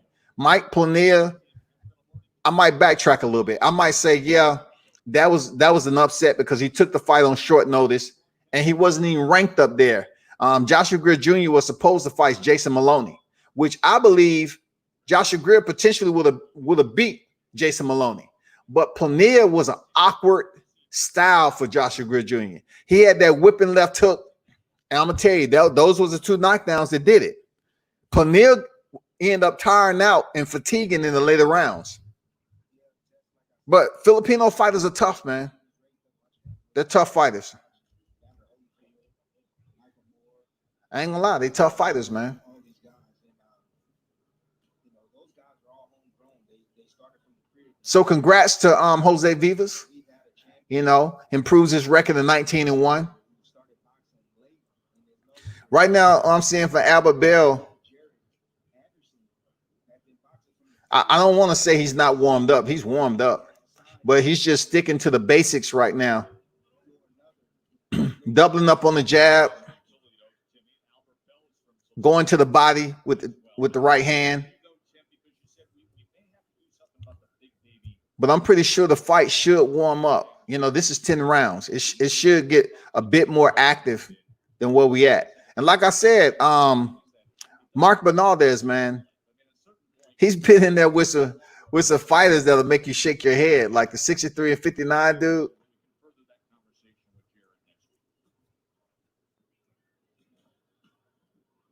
anything. Test. Look how Bernaldez is pressuring. Only thing now, he's just a step off with cutting off the ring properly. And he's lacking that height that he need.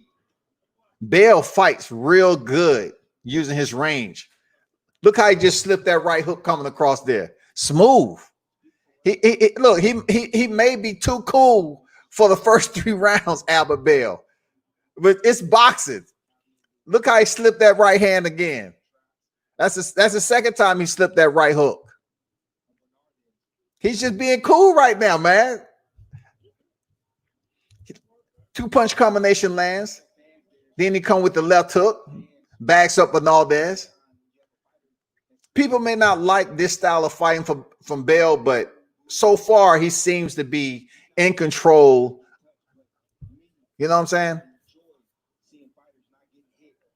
And fighters using the sweet science of Albert Bell's just taking his time, man. Nice 1-2 to the body. I like it.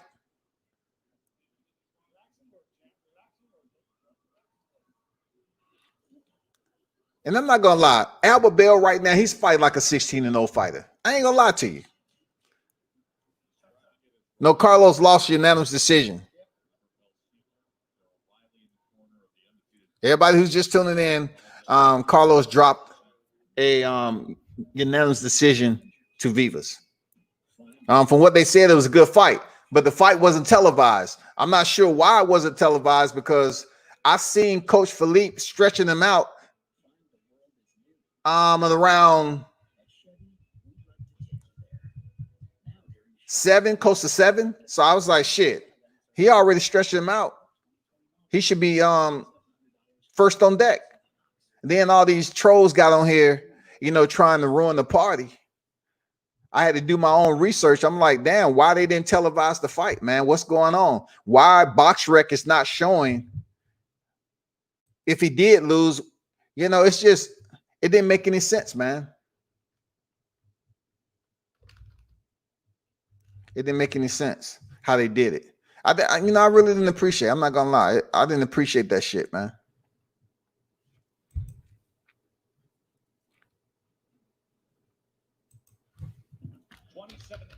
Connected advantage for the undefeated Albert Bell as we start round number 4.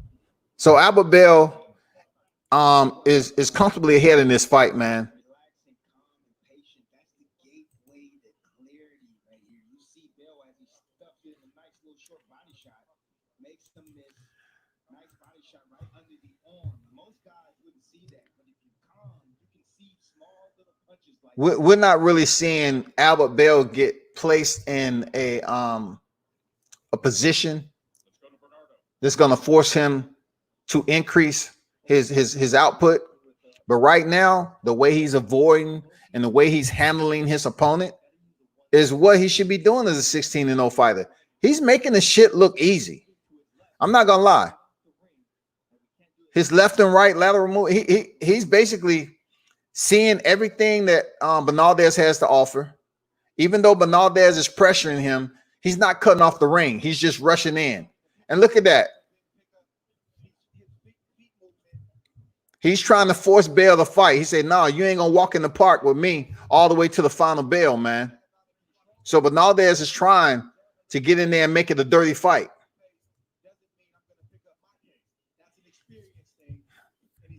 Bell with a step in uppercut. I like that. You know, he's seeing everything, man. He has good. That was a nice right hand over the top by Bernaldez. He finally was able to connect. Dig to the body by Bell. Pretty. Nice.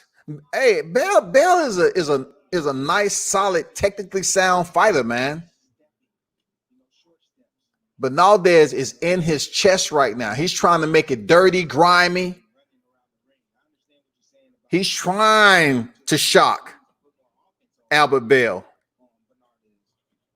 He's jumping in with the left hand, jumping in with the right hand. He's trying to make sure those hooks connect one way or the other. Cool hand look. Oh, okay, there you go.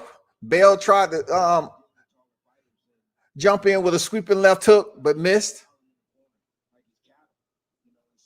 And this is the fourth round, man. We have 30 seconds remaining.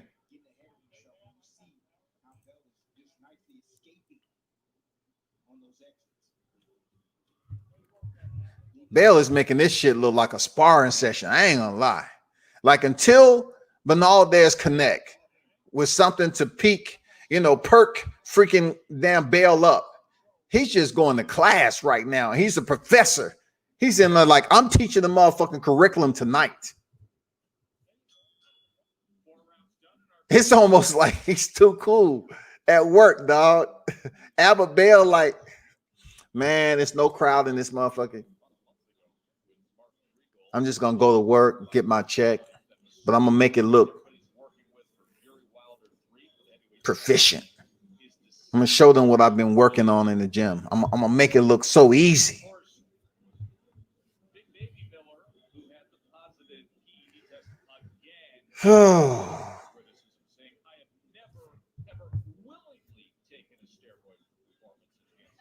Terrell said, I have never, ever willingly taken a steroid performance enhancing. Man, come on now.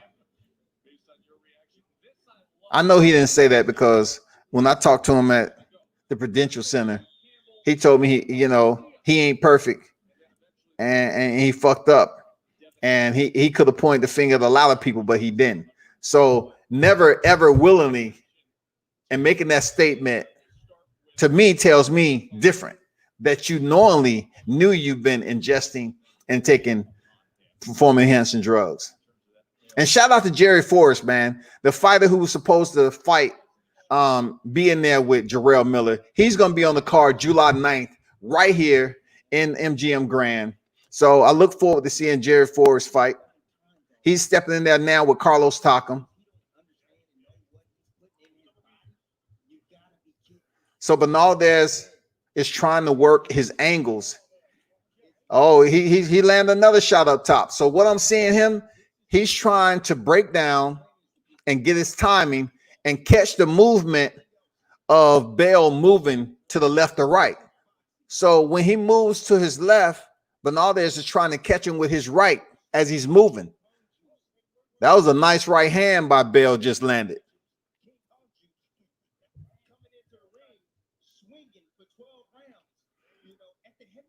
Bernaldez is getting closer. Bell popping the jab just a little bit more aggressively now. He's breaking out the shell just a little bit. It's a lot of energy going into Bernaldez trying to make a statement. He's trying to put that one stamp and ship out Albert Bell's chin into the second row. He's trying to goddamn get that damn 6-0 gone. He's trying to shock the world tonight, man. Bale is just too cool for him, man. He's too polished so far. And to be so tall, he has pretty damn good visual on what's going on in front of him, man. His defense, I have to give a damn A+ right now.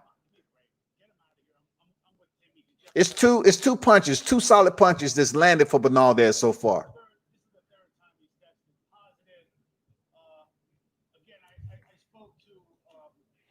Two-punch combination down the middle, easy work for Bale. Then he sticks the jab out there just for damn added measures, man, to keep it light. Oh, what was that? What was that? He got poked in the eye? Something happened. Got thumbed in the eye, something like that.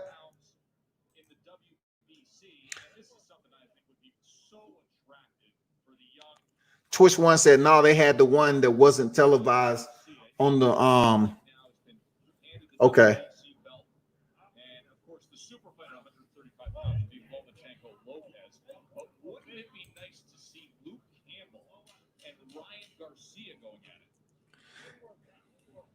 They're talking about Luke Campbell and Ryan Garcia going at it. A lot of my knowledge on boxing tells me Luke Campbell is a better fighter than Ryan Garcia. Better fighter. I mean, yeah, he was dropped in the 11th round by Vasily Lomachenko, but Luke Campbell, the Olympian, is a better fighter than Ryan Garcia, and he should definitely win that fight. Now, I'm going to call bullshit if Luke Campbell goes in there and gets stopped by Ryan Garcia. I'm going to call bullshit. I'm absolutely going to call bullshit, man, because I just don't see Luke Campbell being the type of boxer, the way he moves, and the skill set that he has that far supersedes Ryan Garcia's, to go in there and get stopped or even lose the unanimous decision with Ryan Garcia. I just don't see it. And this is going to be for the WBC, the mandatory. This is going to be for the WBC mandatory slot. I watched the fight. I'm not gonna lie. I watched Luke Campbell and Ryan Garcia because all the shit Ryan Garcia's been talking, I don't have no problem with it, but I don't think Luke Campbell is a less graded fighter than Ryan Garcia. I don't see Garcia going in there and working Luke Campbell. I just don't see it off what I saw with Lomachenko. He went the distance with Lomachenko. I mean, I don't see him going in there, losing a decision or being stopped by Ryan Garcia. Because he got up from a knockdown from Vasily Lomachenko. And we all know Vasily Lomachenko, he tears his opponents down, and then he works and get the knockout. All right? He's not a knockout artist like Gervonta Davis, period. But if by chance Ryan Garcia want to step in there against Luke Campbell, cool. But I definitely want to bet against Campbell. I think he's a better fighter. We're in the 6th round right now. Albert Bell still pop shotting. Okay, that was a good exchange by both of them. You know, Albert Bell is still just outside of distance of those power shots of Bernaldez. And he's putting every bit of velocity on them shots as possible. But one thing I see about Bell, if someone gets close to him and go to the body and then shoot a sneaky hook while they're on the inside, his face is open because his hands is down by his waist. He's just looking down. So whatever comes outside on the blind side of Albert Bell from somebody who has the speed enough to catch him, I'm curious to see what he'll do because his hands are pretty low once his opponent is on the inside. He's not going to be able to just get away with that shit just off the visual. He's able to do it with Bernaldez because so far, because he don't have no fear that Bernaldez can hurt him. But right now, his performance is getting him through the fight.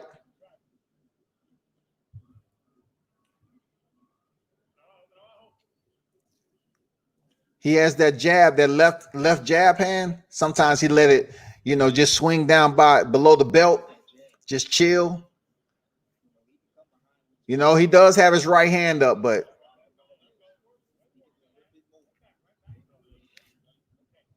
that's what I'm telling you. Boxing doesn't have a template, people.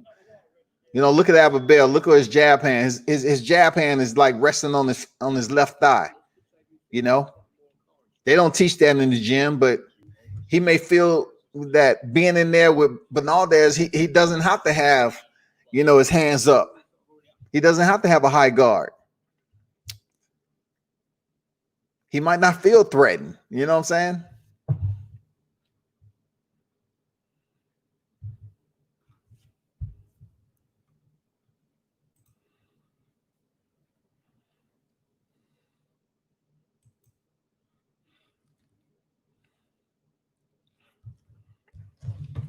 I'm disappointed that fight wasn't broadcasted, though. Seriously. I'm disappointed that fight wasn't broadcast. Oh, now the pictures are coming out. Let me get shout my man out. Early on tonight, we started focusing in on the defensive prowess of Albert Bell. To this point right here, at the start of the 7th round, Bernaldez is only landing 17% of his total punches thrown.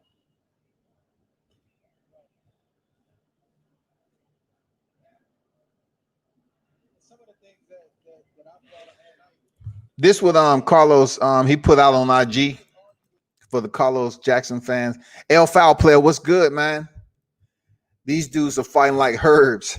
Man, it's just, I don't want to call it boring that El Foul Player, but Albert Bell, he's fighting cool and collective to his competition.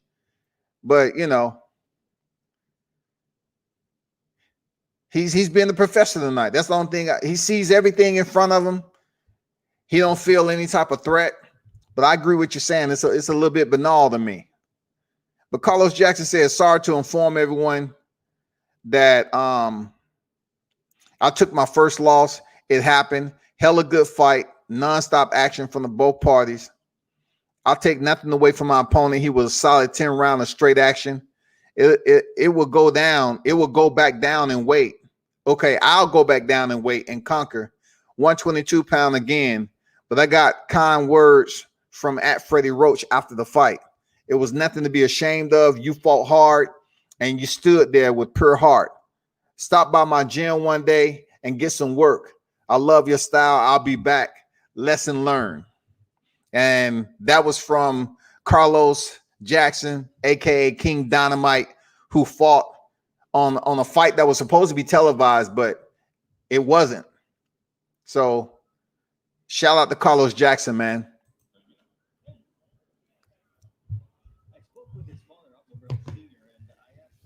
And you know what I see, El Foul Player? Albert Bell is not fighting on the inside. Like, he's boxing tonight, and he's trying everything, to stay on the outside so he can just pop shot, pick his points, and take advantage of them. He's not really fighting on the inside. I haven't seen none of that tonight. He's just pop shotting Bernaldez, showing that he's, aware of what's going on, sees everything that Bernaldez is sending down. It's a little, on the bland side, but it's boxing. Real talk, it's boxing. Bell is 16-0. I can't sit up here and tell this man to be reckless. But how he's moving and slipping, it looked good early on in the fight. But I'm saying to myself, if he gets in there with somebody that know how to box on the inside, he's gonna need more than just slipping, those punches on the inside. Else he's gonna get hurt. He's gonna get hurt, man. You got to have your hands up sometime. You have to have your freaking hands up, man.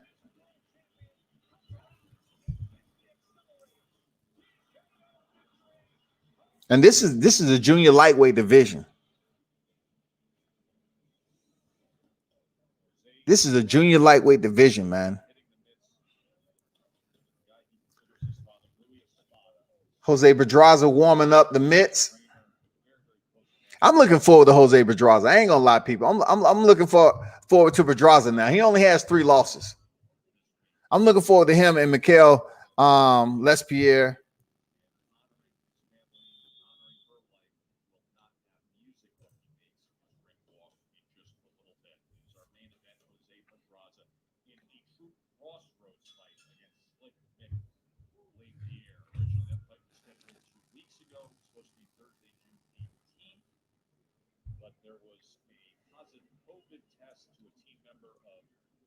Bernaldez, man, you have to give it up to him. He has not stopped the pressure. It's the 8th round, and he's still coming forward. He's trying his best to cut off the reign.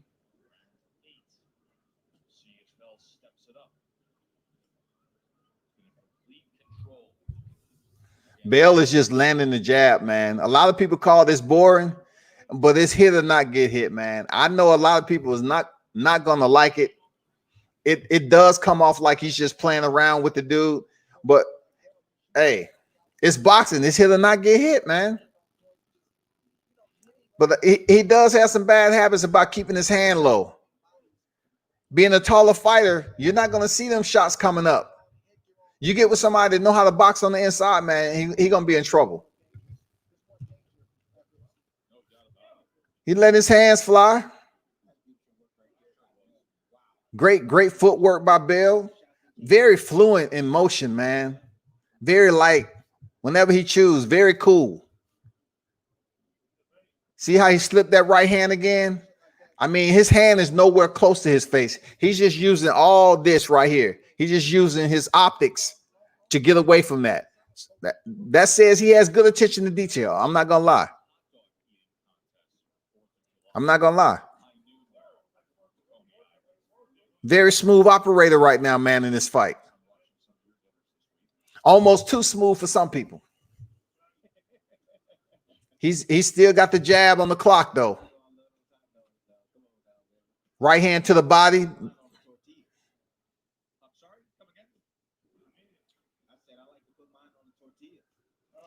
I mean, it's just jab after jab after jab. I mean, Bernaldez is going to go to sleep saying, God damn.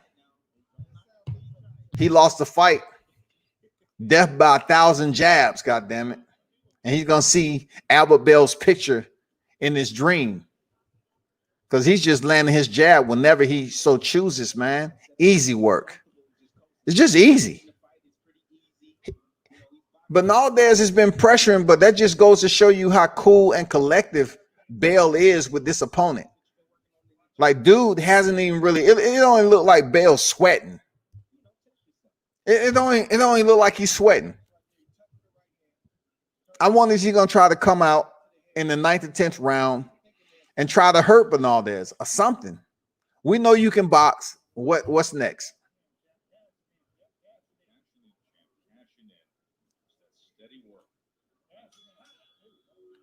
He may be trying to put in some rounds, man. I don't fucking know. Bernaldez was landing to the body earlier. He got Bell moving, but he's cutting off and forcing him into the corner. Bernaldez has been game, man, but he just don't have enough variety. He has the pressure. He don't have enough variety to get up in that pocket and land some shots to make Bell put his hands up, first of all. Bell fights tall. He's very vigilant. He sees everything Bernaldez is throwing. I can't be mad at him for the performance he's putting on tonight because it's hit or not get hit. I'm not going to lie. I can't be mad at Bell for that. I don't get mad at shit like this unless like you see it over and over again. I'm like, oh, God. I seen this shit when he was 16-0. And now he's like 23-0, and we still seeing him boxing. That's the same shit they would have said about Floyd Mayweather, man, on the back end of his career. Because in the front end, money, shit. Whole different fighter we talking about. Let's see what Bernaldez do. Y'all hold on for a second.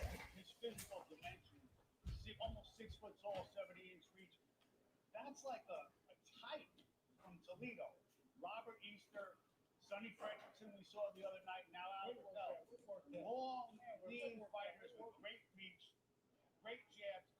He did say he wanted to walk him down tonight. He said, my hands are finally healthy. He knows KOs are money, KOs are eyeballs. He could be doing a little bit more. He's in complete control here. His hands are healthy. Walk him down. You want me to cook something, man? Just let me know. Look in and tell me.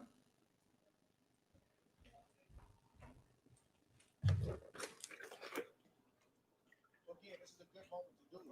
If you're in the corner now with Bale, training and sparring is one thing, but this is where you challenge your fighter and say, look, stay close.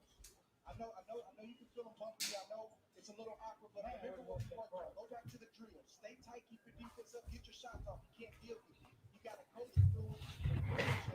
You know, you see it before he actually sees it. Appreciate the input there, L File player. Salute, man. Thanks for the input.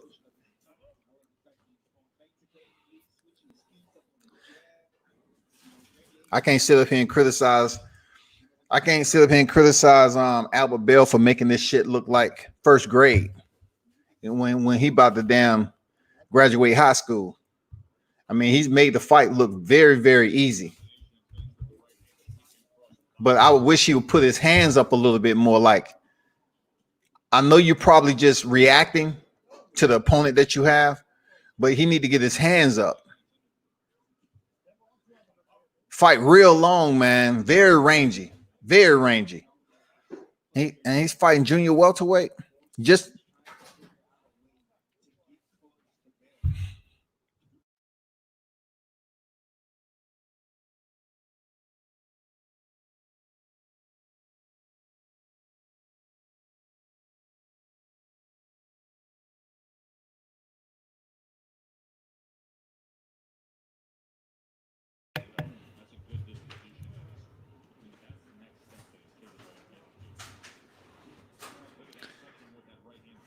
right hand to the body by Bell. Just really putting on a boxing clinic.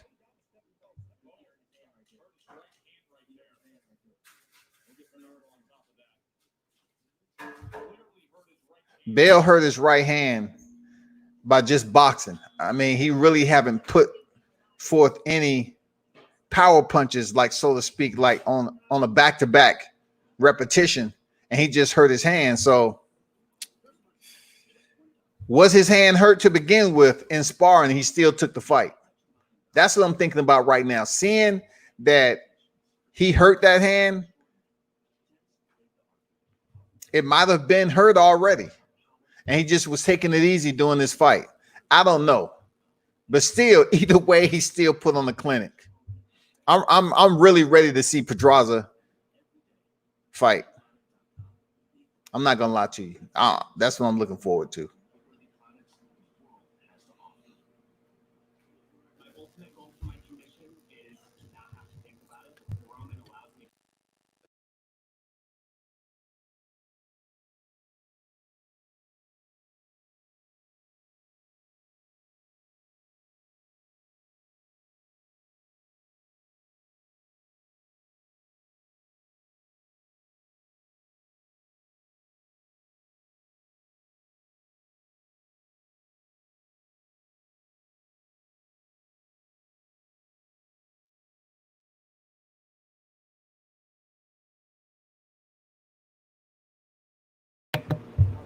The last and final round, people.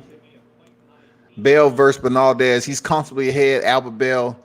He's about to improve his record of 17 victories. And, you know, he only has 5 knockouts, Albert Bell. So he might have hand problems, y'all. I don't know. He only has 5 knockouts and 16 wins. But he has no defeats, though.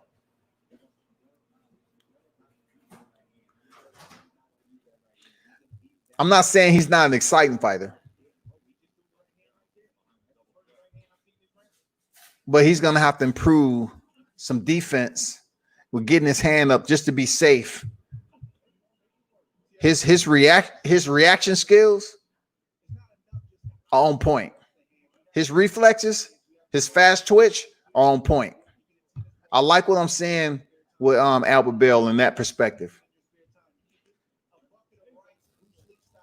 He's talking to him now in the 10th round. He's talking to him. He got both hands down by his knees. He's just playing around with this dude right now. I really want the fight to be over because he's proved that he can box with this opponent. He's just popping the jab out there. Bernaldez is still trying to land that one money shot. A minute 20 remaining.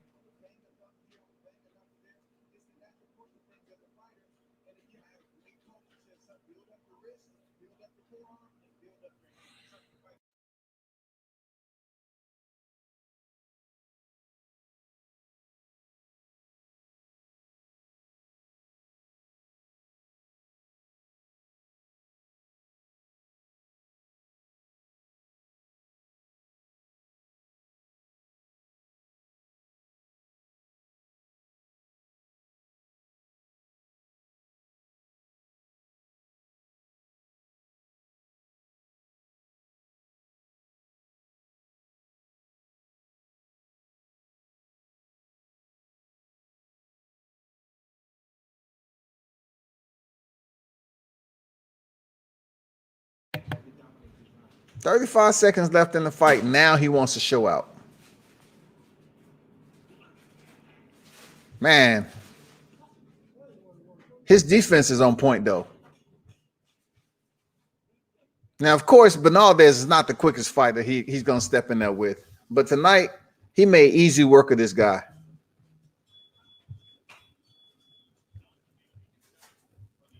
He just put on a boxing match tonight, period. I mean, every bit of his height and reach. Easy, 17-0. Easy. Easy.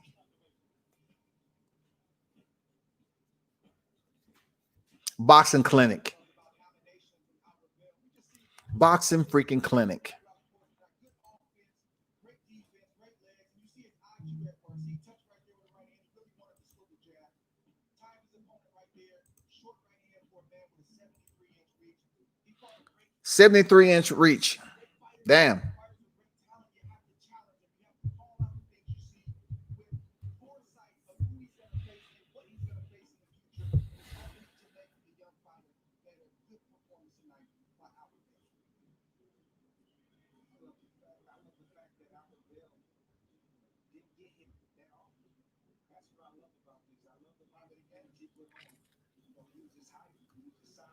Next. So Albert Bell thrown 418 to Bernaldo's 319.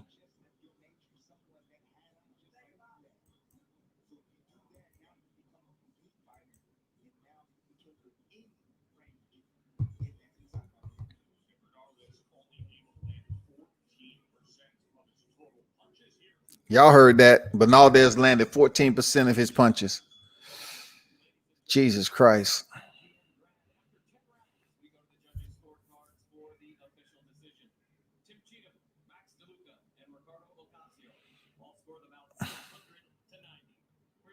The main event is about to be on deck. Thank God. This feels like a Saturday, and Sunday's tomorrow. It seems like you was just waiting for a fight card, like you was waiting and waiting and waiting, and now you have to get ready for church tomorrow. If that was the case, being that we're not congregating like that, but I know a lot of y'all happy church is out. Y'all out here sinning your ass off, just sinning. Y'all know better than that, just out here committing sins. But look, always remember, you can pray wherever you want. You don't have to be in the church or chapel to pray. Don't ever let nobody tell you that. But hey, back to boxing though. Teofimo Lopez, Vasily Lomachenko is back on the calendar. I'm definitely looking forward to seeing that fight. And for what my understanding is, they trying to potentially have minimal audience, pay for some tickets, and they're gonna have them spaced out accordingly. But Bob Aaron was making it a point to say that the ticket prices are definitely going to be on the higher end. Will you pay for it?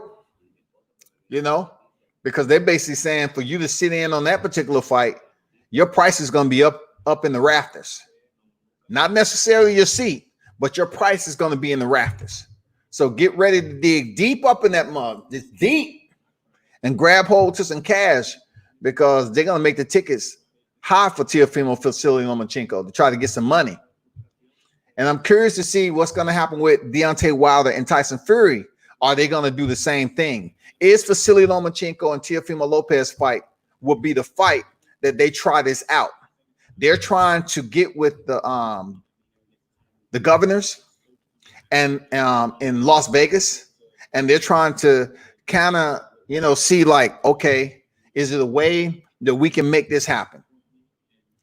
You know, they're trying to talk to Vegas and say, is there any way that we can have a minimal gathering of special individuals, not really catering to the average boxing fan, I guess, with the average income. They want to kind of cater to the, you know, the higher echelon of people who's willing to pay the ticket price to come see that fight, just to have minimal crowd gathering there, get some revenue coming in at the door, and then also PPV.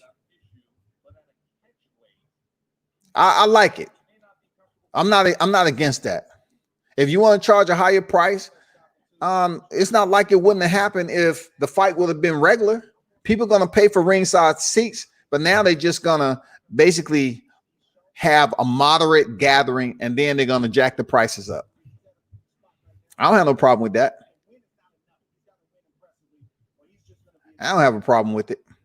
Now, for Deontay Wilder, as you probably heard, Deontay Wilder and Tyson Fury, they're basically going to be fighting December.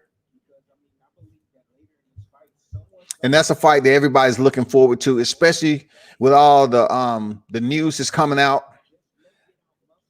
You know, the media outlets that's not advocating for Deontay Wilder, but basically letting it be known that, yeah, he lost, but we want to put the news media, we want to put the information out there on how he potentially may have lost. If the man went to the doctor and he had all these contusions on the back of his head, I'm not saying you don't get them in boxing. We seen Hakeem Rothman and Evander Holyfield, but guess what? That was from a fucking headbutt. That wasn't from a glove. Get it? So if Tyson Fury somehow, some way may have manipulated, because we saw the film. We ain't making this shit up. A lot of people just want to talk about it, you know, in sidebars off camera. But no, let's talk about, why did his team reach up and put a freaking towel over the camera? Who does that shit and not get reprimanded? If someone in Deontay Wilder's camp would have took a shirt or a towel and put it over the camera lens, what is that for? What was the reason behind it? What was the source? What was the merit behind them blocking the camera view? And they even said it. You know, the commentators, they say, hey, look, you know, Tyson Fury's camp just blocked the camera angle. So we were basically blinded from a moment that was taking place inside the locker room of Tyson Fury. We don't know what could have happened back there. But if Deontay Wilder had severe, horrific injuries to his skull, taken into the fact that he's already been in the hurt business, already understands the boxing is a dirty game. This man has a family at home, just like Tyson Fury. If that is indeed the case, with Tyson Fury having some type of manipulation to his gloves, he need to be dealt with accordingly. It doesn't seem like the WBC is going to do anything about it. I know a lot of people talking about the photos might be altered. Listen, y'all can sit up here and jettison the fact of vilipend it all you want. You can devalue the fact, but the pictures are what they are. Out of 42 victories, all of a sudden he get blasted by Tyson Fury, who isn't a power puncher. Like, we ain't talking about Iron Mike Tyson Fury. We're talking about Tyson Fury, who never sent his opponent out like he did Deontay Wilder. And Deontay Wilder was, look, he was still fighting to the end. No one, listen to me, no one on standing across from Tyson Fury has never looked like that. Did he do it to Otto Whalen? Did he make him look like that? Y'all need to stop calling people who report on the heavyweight champ, right? Fanboys. Look, you cannot do that. That's extremely ex parte on your end to sit up here and act like no one can sit up here and present culpability. Present it. All we're doing is presenting it. If the man went to the doctor and he was told that it seems like the damage that was done to your cranial area is due to something outside the natural materials of a boxing glove, then what the fuck you should do? You should do more investigation, right? You should push for it. The media out here should basically report on the situation, because we didn't hear ESPN reporting on it. We didn't hear any other outlets reporting on it on the higher end. We didn't hear nobody talking about this shit. But it's a big fucking deal that everybody wants to, not everybody. You have the certain group of people who wants to say, well, Deontay should take his loss like a man. He did. He absolutely did. You know why he did? Because we didn't hear him say shit. We didn't hear Deontay say shit. We haven't heard him say nothing. When he did the PBC interview, he had minimal words. He wasn't in there complaining, bickering, goddamn calling Tyson Fury obscenities, you know, a bunch of denigrating remarks. None of that shit was popping off like that. He kept it professional for somebody who went in there and took a beating the way he did. Instead, I would say to myself, damn, look how tough the champ was. Look how tough Deontay Wilder was. He was bleeding out the left ear. His lip was fat. He was knocked down twice in the fight from a fighter who ain't never been considered a knockout artist. But yet we got a lot of, I got to say, the U.S. fans that chose to look at the fact that Deontay Wilder got exposed. So you're trying to tell me Deontay Wilder got exposed by Tyson Fury, who is all of a sudden a power puncher overnight? He's all of a sudden this boxer, puncher, brawler that has this insurmountable freaking hands with dynamite. It just don't work out that way. You just don't gather power in your 30s and say, guess what, people? I woke up this morning and fuck it. My hands felt like they was glowing. I went to the gym and people was like, damn, you hitting a little bit harder than we used to. Shit don't work like that. Something's wrong. Y'all understand that something is fucking wrong. Don't jump on the bandwagon now. I'm talking to everybody that was sitting up here. Oh, ain't shit wrong.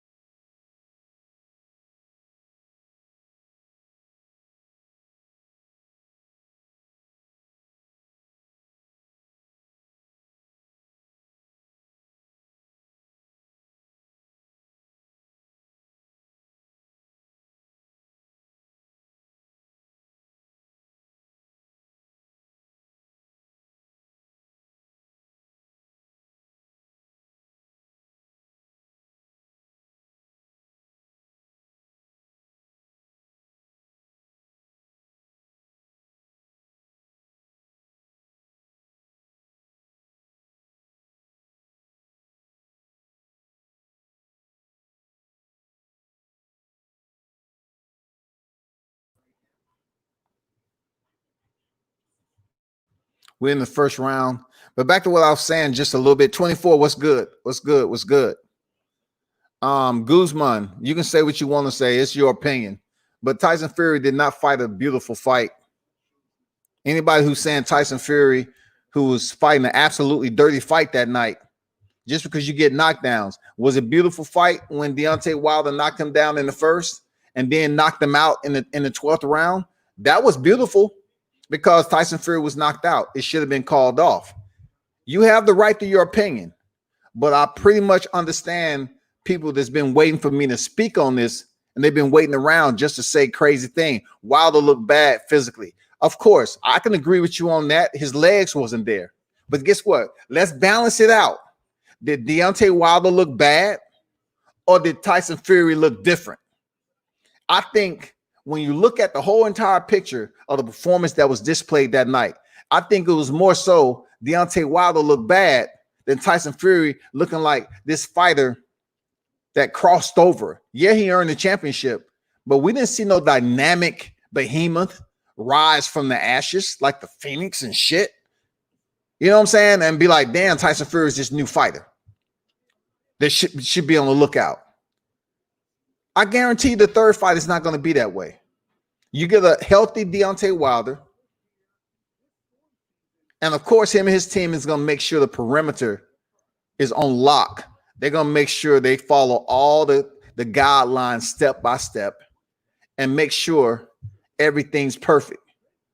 And I'm pretty sure that he has more training, more advisors, different head trainers and stuff like that to make those adjustments. And then when he come back in there, it's going to be a totally different fight. I truly believe it. I think we saw the best Tyson Fury defeat a half, how you put it, a degraded Deontay Wilder. It was something else going on with that.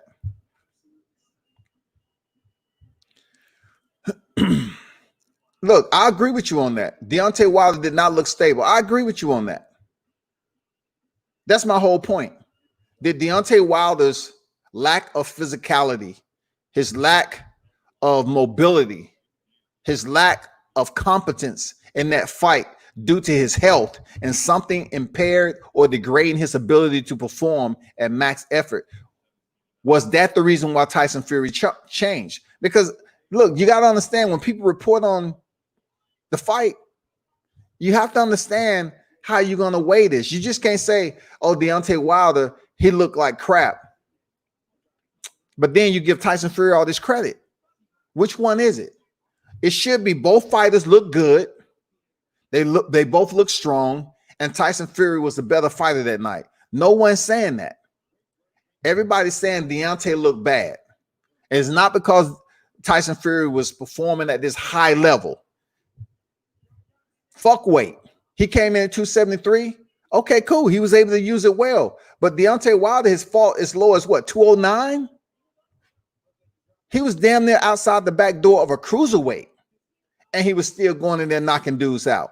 So you're trying to tell me Tyson Fury, he goes in at 273 or whatever, and he becomes this behemoth with headlocks and freaking knocking Deontay down. He has all this power. It doesn't work that way, man. Jarrell Miller was over 300 pounds. Man, Jose Pedraza is killing this dude. The fight's about to be stopped, man. Man, it's a minute 30, and Mikkel has not thrown back nothing. Like, who made this fight? This dude, he comes out the guard. Okay, Kenny Bayless didn't stop the fight, so Pedraza's like, let me chill so I won't punch myself out. Let me chill so I won't punch myself out.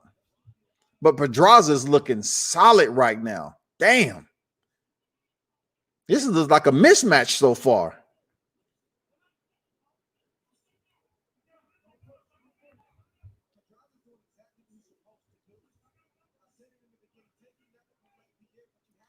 LesPierre is coming back, doubling up on the uppercut, and then Pedraza returns that shit. Guzman say, I don't know how much Wilder wanted to win. It can come with the fame. I totally disagree with somebody who had 42 victories and 41 knockouts. he's going in there for his 11th defense. So how all of a sudden he would just drop the weight and let it drown out historically what he was on the brink of accomplishing. He was on the cusp of accomplishing his 11th defense. He was already in the company of some greats, being a champion for over 5 years and going to his 11th defense.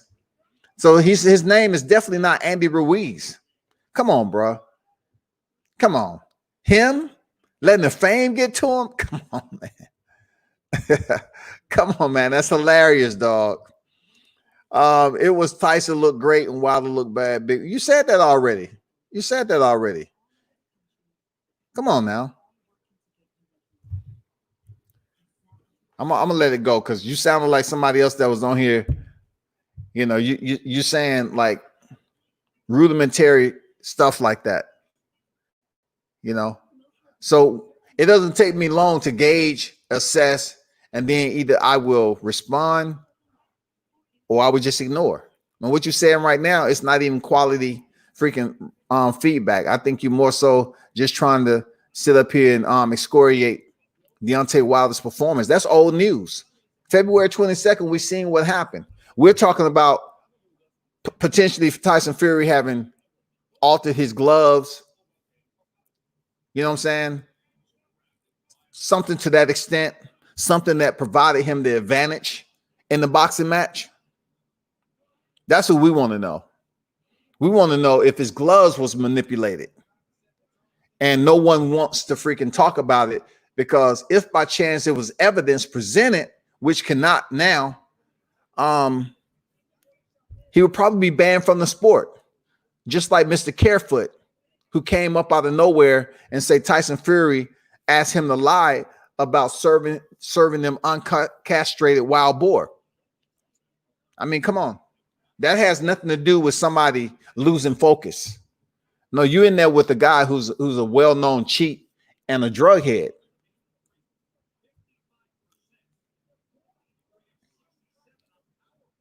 No, we're talking about Deontay Wilder, Tyson Fury. Margarito don't get no shine on this. We talking about Tyson Fury. We talking about his gloves. We talking about all that went down where he lumped up, the U.S. heavyweight champion. I got to get to this fight out of respect because I like Jose Pedraza. I got to get to this fight though. But y'all need to read a little bit more and listen to what's going on with the evidence that's out there about Tyson Fury's gloves and how he actually went about, getting those pictures removed, shutting down his comment section, and him and his team feeling some type of way about finally feeling the heat and the radiation is coming back from that February 22nd fight. And say, oh, you know what? Just thinking back on it, it's just so disappointing that Team Wilder would try to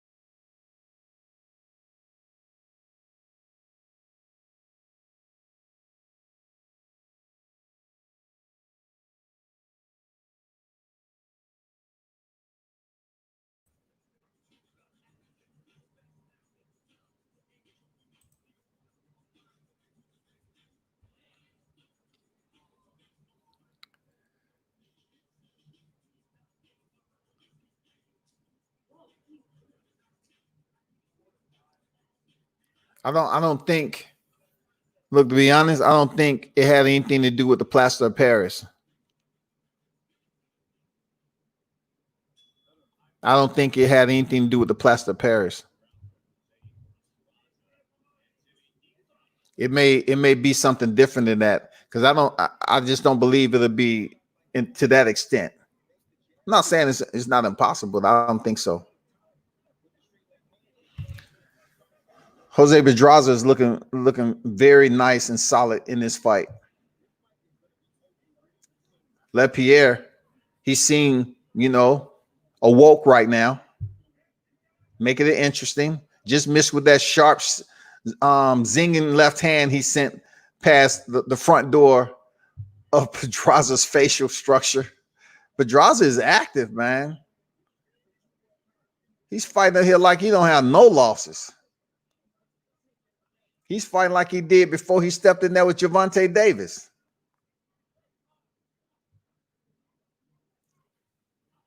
I like the head movement, the hand placement. LesPierre, it's difficult for him to try to shoot his shot. He gonna pop him with the jab because the head movement of Pedraza.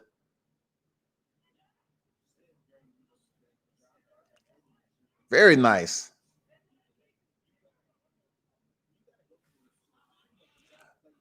Right hand to the body by Pedraza. Land some punches down low. Man, he's dancing up in there, Pedraza. He's dancing. Left hand lands nice for Pedraza, man. Return by LesPierre. He's not out of it yet. He's still popping the jab with conviction. He's not out the fight yet. Both fighters land a jab up top. LesPierre going to the body.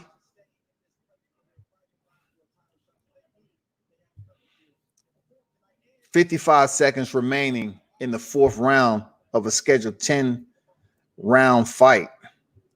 This is in the junior welterweight division, which is considered 140 pound.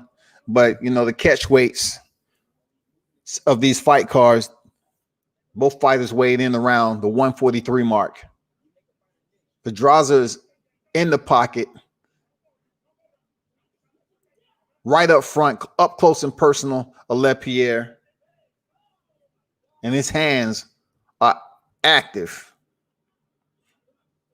Very, very nice defense. I like what I'm seeing from Pedraza. Straight left hand down the middle. LesPierre's game, though, man.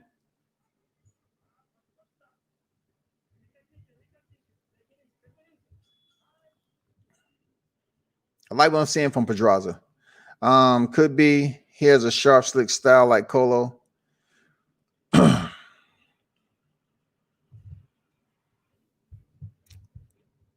Pedraza looks sharp, though. I'm not gonna lie, but Pedraza looks sharp tonight. And once again, I always compare to who they are in the ring with. Are they in there with somebody who's just as, the quality of it, considered a top tier boxer, and they're still looking good? Then I kind of grade it in a higher factor. But Pedraza's looking nice tonight. LesPierre has to pick up the pace.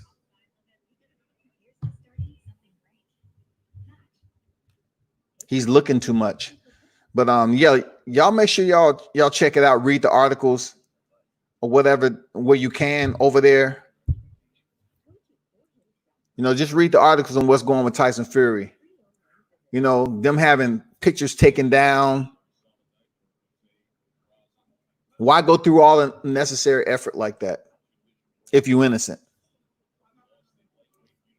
LesPierre goes down. Bayless rules a push.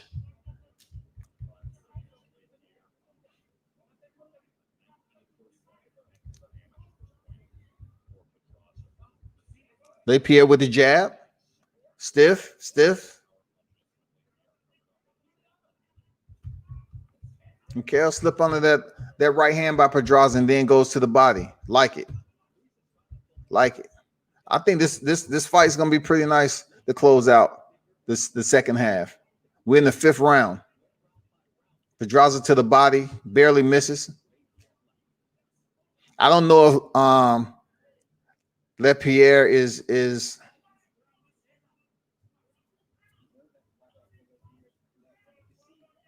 the way he's dancing on the outside. He just seems like he's ahead in the fight. I'm not sure, what his mindset is. Pedraza looks like the one that's behind. Oh, he drops Pedraza. He drops Pedraza right when I was saying that shit. He drops him with a body shot or a straight. I'm not sure. His back was turned. LesPierre drops Pedraza in the 5th. And it was a legitimate knockdown. It's almost similar to Vasily Lomachenko and Jorge Linares.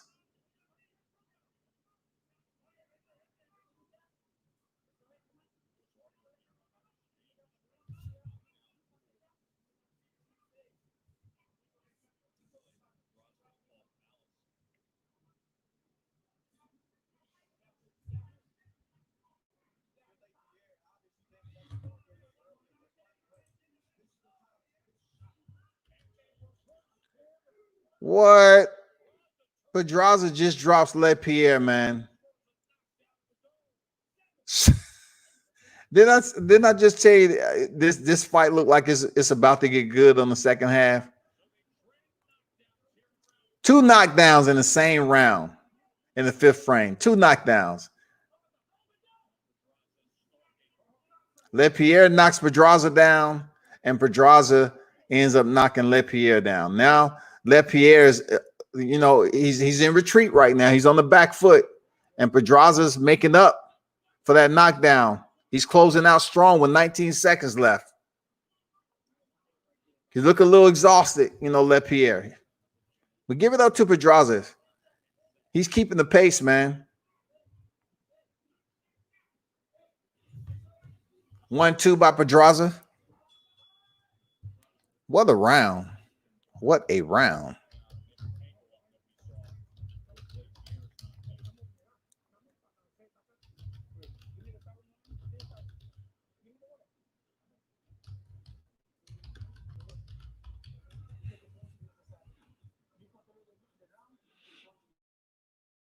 finally had some success in this round. Did he? You see right there the right foot and the left foot of Jose Pedraza right here. Get tangled up, which is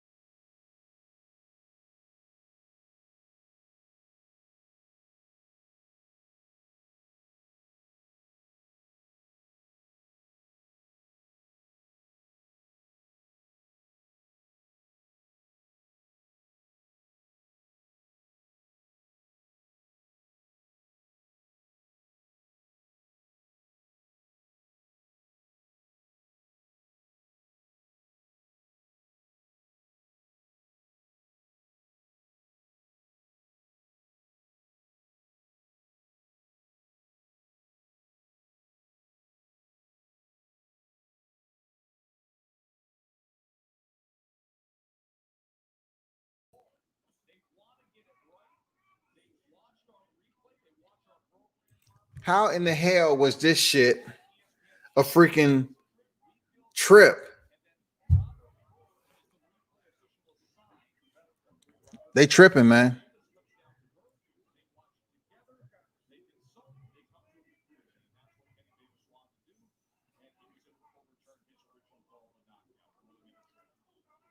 Now, Nevada Athletic State Commission, y'all, remember what you're dealing with. This replay bullshit. This replay implementation is only the rumblings from what's to come. It's only the inclement weather from what's to come. Watch. It's a reason why they implemented this shit. It's going to be full of controversy at the right time. Watch what I tell you. If you got motherfuckers who want to watch a motherfucking knockdown and assess it, and then say, you know what, that can change the scope of one of the biggest fights in history. That can change the scope of some of the biggest fights in history. If you're just going to say, okay, let's go back to the replay, and then turn around and say, oh, we consulted, all in favor, boom, it's not a knockdown. If you thought the protest was something, shit, wait till they fuck up the wrong fight. Wait till they fuck up the wrong fight with that shit.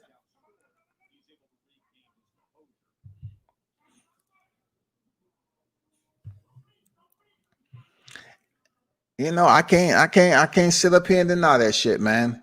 You saying they are doing it probably for betting purposes? You know, boxing has always been a business first, and it always has something to do with the money. You know, I'm not into that, but I wouldn't put it too far past them in that perspective.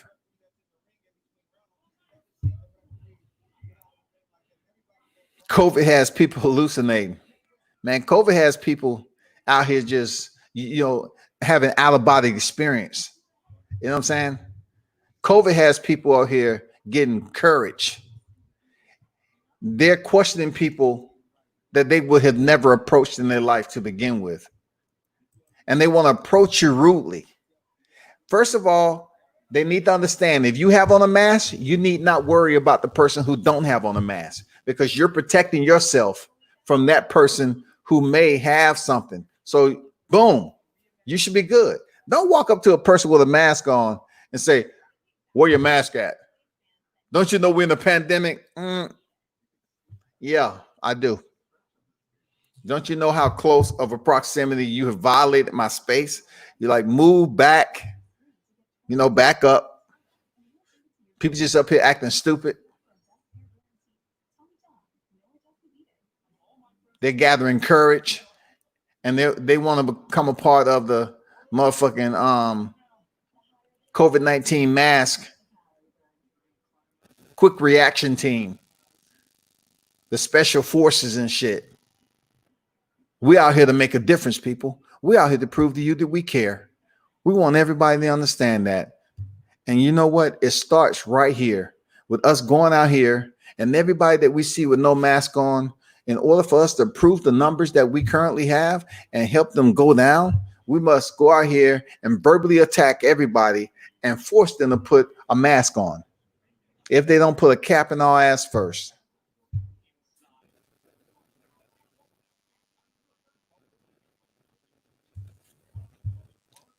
That was just a little bit of him, just this bullshit. It's late. So we're in the 7th round.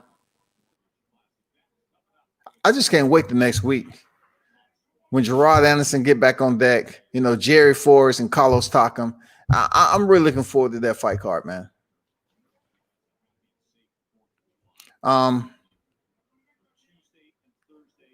What's going on in the 7th round? Y'all just posturing back and forth, fainting.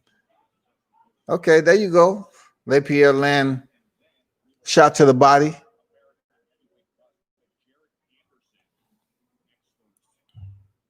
Jab to the body by Pedraza. He tried to come up with that sneaky left hook. He almost. Okay, he caught him with the straight right, Pedraza. LesPierre is backing up. When he backs up, sometimes he put his high guard and he's not looking to return anything. So when you go into the winky right shell, then you expect to get punished. You know, you expect to get the left and right combinations in full blossom. full speed. It's going to be easy work because you're not looking to return anything.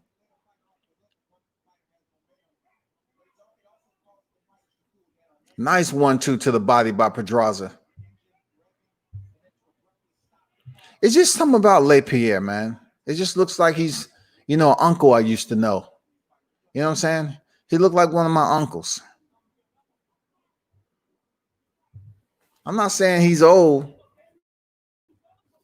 but he kind of give me that energy a little bit. Sometimes when he just allowing Pedraza to touch him up like that. He just threw a right hand, y'all. Like he didn't even step off with it or nothing. He just threw a right hand like, when you walk into the gym, you just kind of warming up and you just step up to the bag and just throw a right hand half-heartedly, just throw it, just to touch the bag, just go through the little routine. That's what LesPierre just did. I was like, God damn.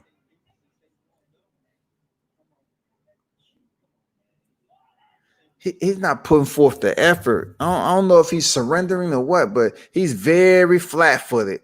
Look how he's walking Pedraza down, very flat-footed. Look at the footwork of Pedraza. Look at those combinations out the corner.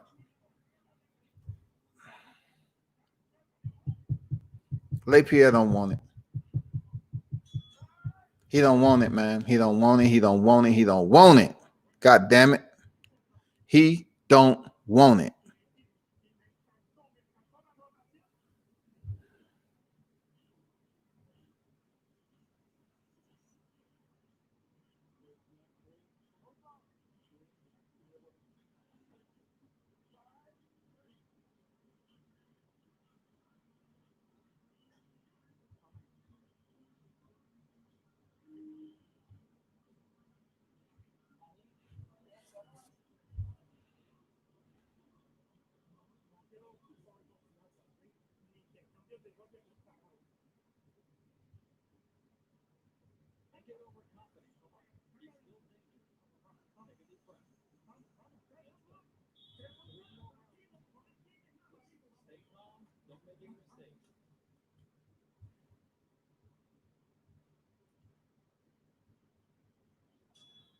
I want you to look at the total punches as we start this 8th round. Pedraza has a 127 to 51 accuracy advantage. But when you look at the percentage, Brandon, he's at 3%.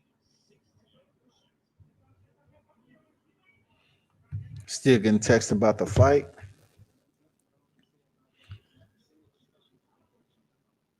So what we seeing here, people?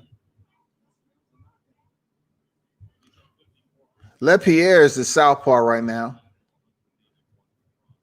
225 left. Come on, come on. Give us something to dance to. Come on, wake us up. Wake us up. I know it's late. Just wake us up, please. Y'all dancing, but y'all, what? Come on. Boxing. Dancing is different. Come on, get in a little bit closer, LesPierre. Get in a little bit closer.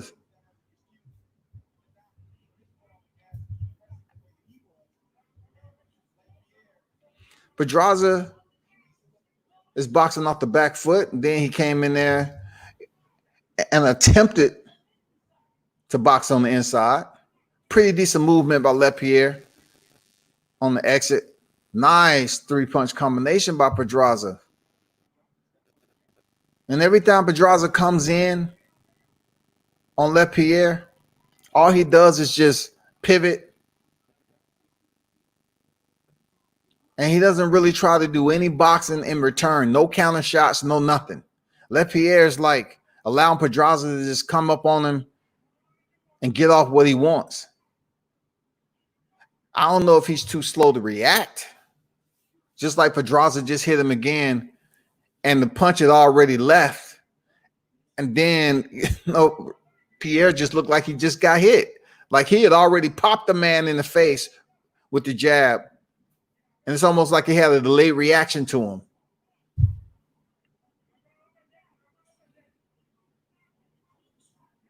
Okay, I like that return. That looks sharp, fast twitch. More of that, more of that.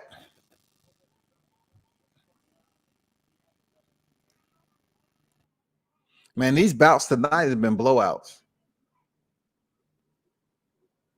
Albert Bell, blowout.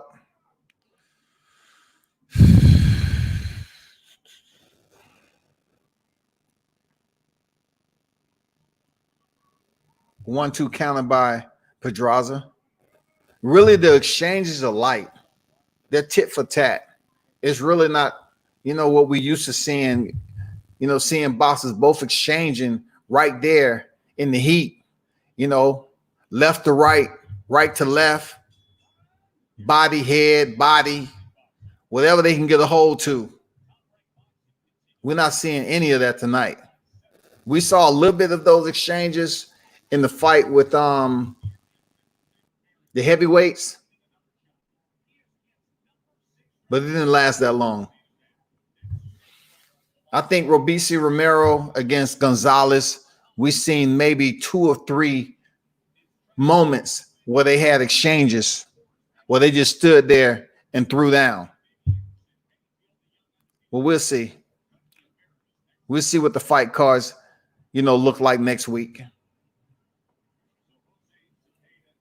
They got a lot of hype between Gerard Anderson. I'm looking forward to seeing him continue to climb that ladder. Jose Ramirez, Josh Taylor, Regis Prograis. They're talking about the junior welterweight, the top 10 rankings. Jose Cepeda.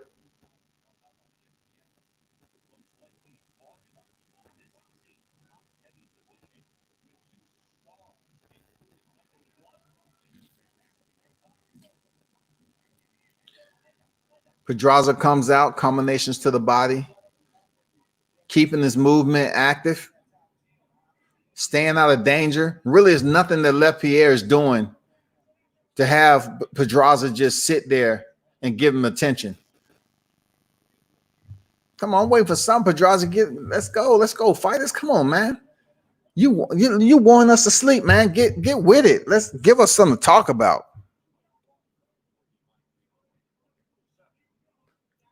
Come on, Uncle LesPierre. Come on, Unc. Come on, Unc.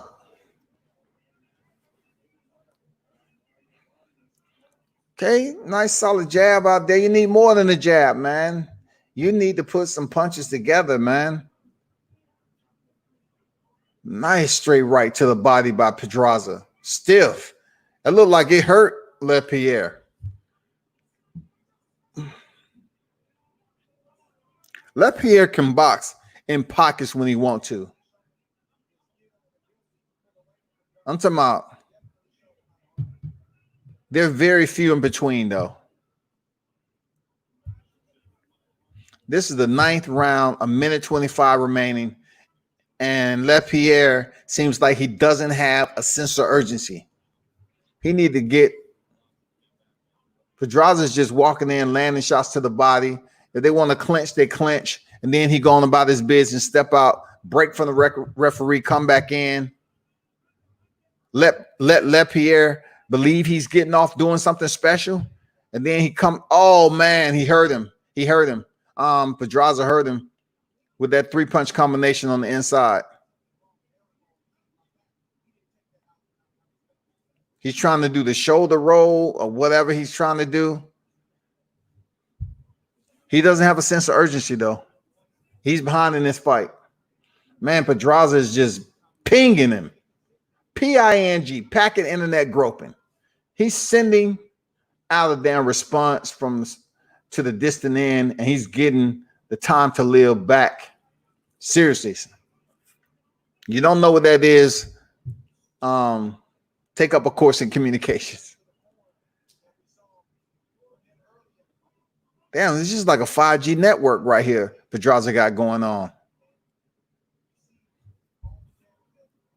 Goddamn LesPierre standing right in front of the antenna. For real. He was standing right in front of the antenna, feeling funny. Talking about shit. Shout out to Jacob Stitch Duran. Good guy, man. I think people ultimately, when it comes down to boxing, it's always good to watch boxing and check out some things, be able to get eyes on new fighters. But tonight was just funny. It was funny because they didn't show my man Carlos Jackson fight. And then you had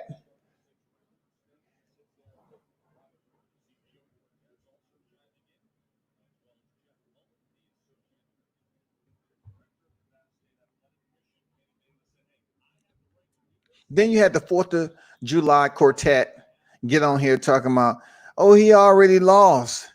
He lost. Viva defeated him via UD. I was trying to wait till the shit was announced so I can let the people know. But they was up here kicking around, playing hopscotch with motherfucking Crocs on, busy wanting to damn troll the shit. All you had to do is wait till the motherfucking fight was announced. I don't want to tell everybody the fight over and it hasn't been announced yet so they can say, well, we haven't heard nothing about it. What are you talking about? That's the only reason I was keeping my lips shut. Okay, 2:30.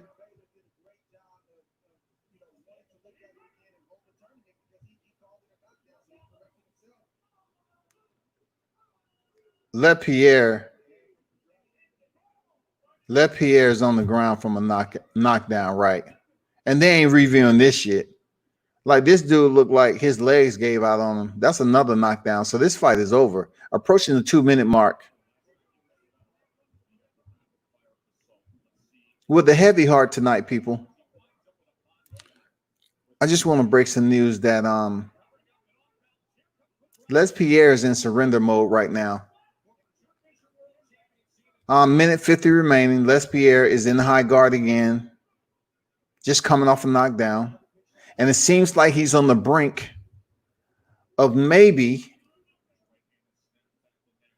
leaving everything in the ring to depart the ring. That is courage, heart, and everything else that goes along with it. I think 10 rounds, he's really feeling it right now. But Pedraza, let me see if he's going to try to get him up out of here or he's just going to keep him in the corner. Okay. He gets the jab.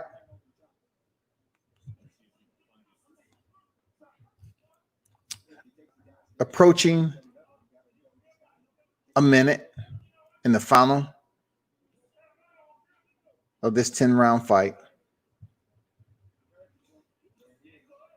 He keeps trying to catch Pedraza with some sneaky moves. Every time I say LesPierre is sitting up here sleeping, LesPierre come back with something that'll make you think it's like, okay, this guy can box. But then most of the time he's up here on Ambien mixed with motherfucking vodka. I'm like, shit, somebody take his temperature?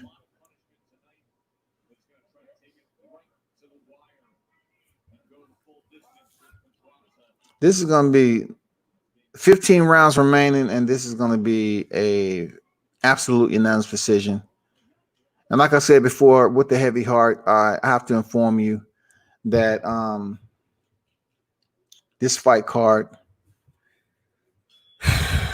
was absolutely indeed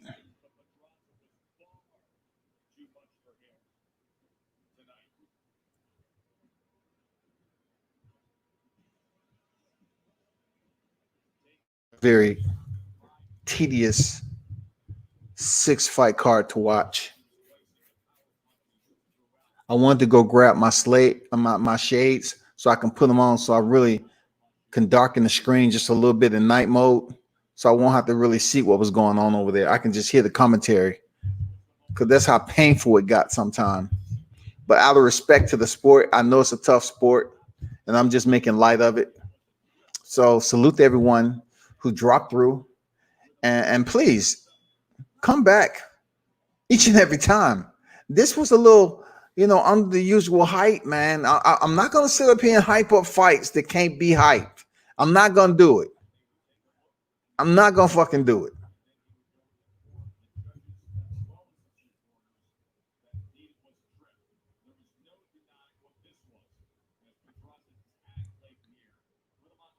Man, this shit's wild, bro. But it seems like every time I speak about Deontay Wilder, Tyson Fury, I get a lag in my damn connection. But don't worry. There's no gag order. We're going to exercise the first all the way to the end. And as much scrutiny will be placed on Tyson Fury heading into this third fight. That's what needs to happen. So those of you that didn't believe it in the beginning, that's hearing all this new evidential news is coming out right now. I see a lot of you are changing over. You know, you kind of changing over and shit. First, you was just dogging out Deontay Wilder and saying, you know, he was just making excuses when he didn't even say anything. He didn't talk about his suit. He didn't say anything. He barely said anything with the PBC press conference. So really give the man his credit for being just that, man. He's been a king of his division. He's been the hardest hitter and puncher of this era, the hardest hitter of this era. And he's went in there and fought fighters that a lot of people don't want to fight. People not trying to fight Luis Ortiz. It don't matter if you say he's 66 and a half years old tomorrow. I wasn't seeing Dillian White going up there fighting Luis Ortiz. Why was so many people didn't want to fight Dominic Brazil? Who? It's unfortunately you don't understand. The man was trying to set records, but what he needs to do right now is understand the rapture is at his hands. He comes back in here and get the WBC belt. He would turn boxing at the highest level into absolute panic. It would be people running around the sport talking about, oh my God, Deontay Wilder gained his belt back. Oh my God, what should we do? Now for sure, Anthony Joshua is going to somehow get rid of the WBA belt. Somehow he might just go out here and lose to Kubrat Pulev so he can leave him up to try to face Deontay Wilder. It's no way, no how people going to convince me Deontay get his belts back, Anthony Joshua will face Deontay Wilder.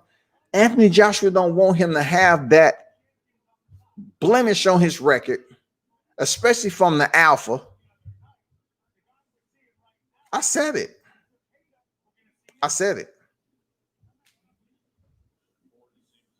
I think Anthony Joshua want to go through his career without ever fighting Deontay Wilder. And Deontay goes back in here, gets the freaking WBC strap. It changes the whole landscape. It changes the freaking lava that's boiling beneath. It changes every fucking thing to boxing. Believe that. It changes the scope of everything. And people are scared because they know Deontay wasn't 100%. They scared for him to come back and rejoin the ring. They scared. They scared on what potentially is going to happen. Look at what I just said. What potentially is going to happen. And of course, feel free to return after the fight is over with. Feel free to come back to World Combat Sports. And, you know, I'm here to absorb and digest anything you have to say. I feel free. Feel free. Tell me what you want to tell me. That's all I'm going to tell me what you got to tell me.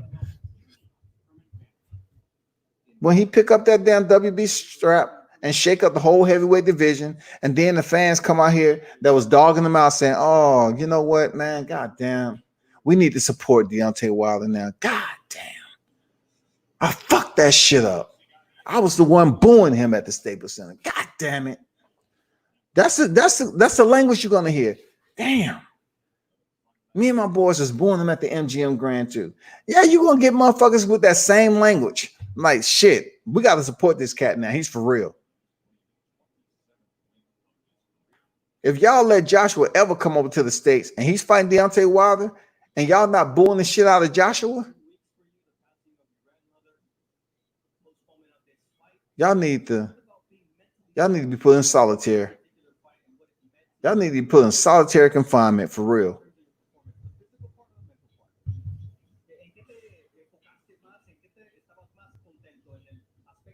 Y'all shouldn't be allowed on social media no more. Because if he's able to face Joshua, that's of course, he gets permission from Daddy Hearn, for Joshua to say, oh shit, okay, I have no other recourse. I got the titles. But you know what's going to come before that, I believe. It's probably going to be Dillian White. And I would like to see that fight too. But I would definitely like to see more so a unification bout than Dillian White. So running the gauntlet, Deontay get his belt back, face Anthony Joshua, because they're assuming that Kubrat Pulev will lose, but we don't know. Then fight for the undisputed, and then go ahead and polish off Dillian White on the back end, just so it won't be no ifs, ands, or buts about it. And by that time, shit, Dillian White would be, Deontay Wilder be invited to the White House.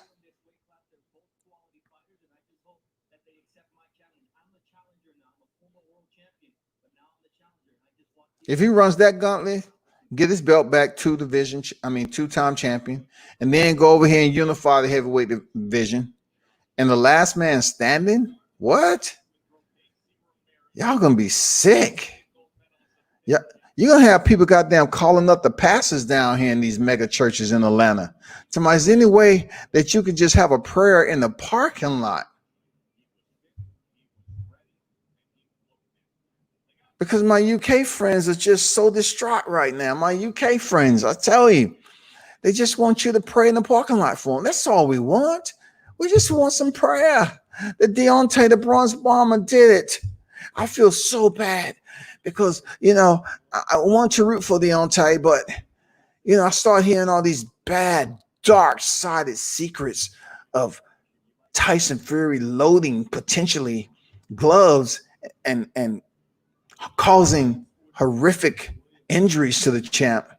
I say, oh, fuck it. He's a cheater. So I start goddamn going over to Deontay Wilder. Now that he's got his belt back, I feel like I owe him some repentance. So they come down here calling these pastors from these mega churches down here in Atlanta, say, please, pastor, baptize me tonight. Cleanse my heart and soul. Because you know what? I'm guilty of doing the Bronze Bomber absolutely dirty. When I know Tyson Fury was absolutely an unsavory, mischievous type of individual. And he needs to be banned from the sport of boxing. You know what I mean? You do know what I mean, right, bloke? You know what I mean. True, down here, South Texas, we're not too big on masks. We're trying. It's hot down there. They say COVID don't do too well in hot. So you might be good. There may be a reason. COVID doesn't fare well in those type of climate conditions. Corner told Pedraza not to take risks and get on his bicycle already. Yep. I feel Wilder beats Joshua, though I also believe Joshua beats Fury. I don't believe Joshua beats Fury because Fury is one of the guys who went in there and beat Klitschko. And Fury is one of those boxers who can turn a potential fight on paper to be very exciting into freaking aluminum foil.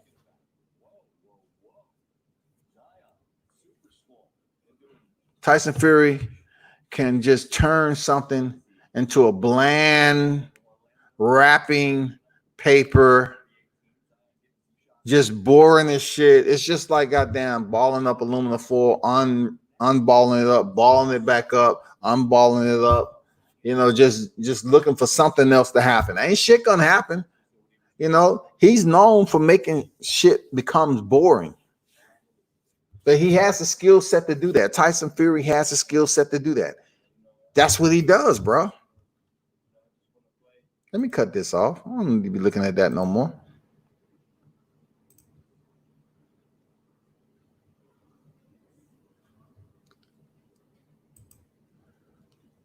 Tyson Fury can definitely go over there and put on a clinic with Joshua. One or two things. Joshua Cardio's improved ever since he's dropped all that weight. And, Tyson Fury is not going to be the fighter to let him pull off Andy Ruiz and Tyson Fury is not going to allow Anthony Joshua to box on the inside and just pop jabs all 12 rounds or all 10 rounds, whatever is going. It's not going to happen. In my opinion, Tyson Fury is a much more smarter fighter, ring IQ wise, than Anthony Joshua. That's just me. That's just me. But I feel Wilder, the dog in him, the courage, the will to know he can go over there and win when it's against him. From whatever, the fundamentals, the fragmented boxing fundamentals that he possesses, that he's been able to carry himself through hard-fought battles to 42 victories. The dog is too much for Anthony Joshua, period. People say Anthony Joshua has power.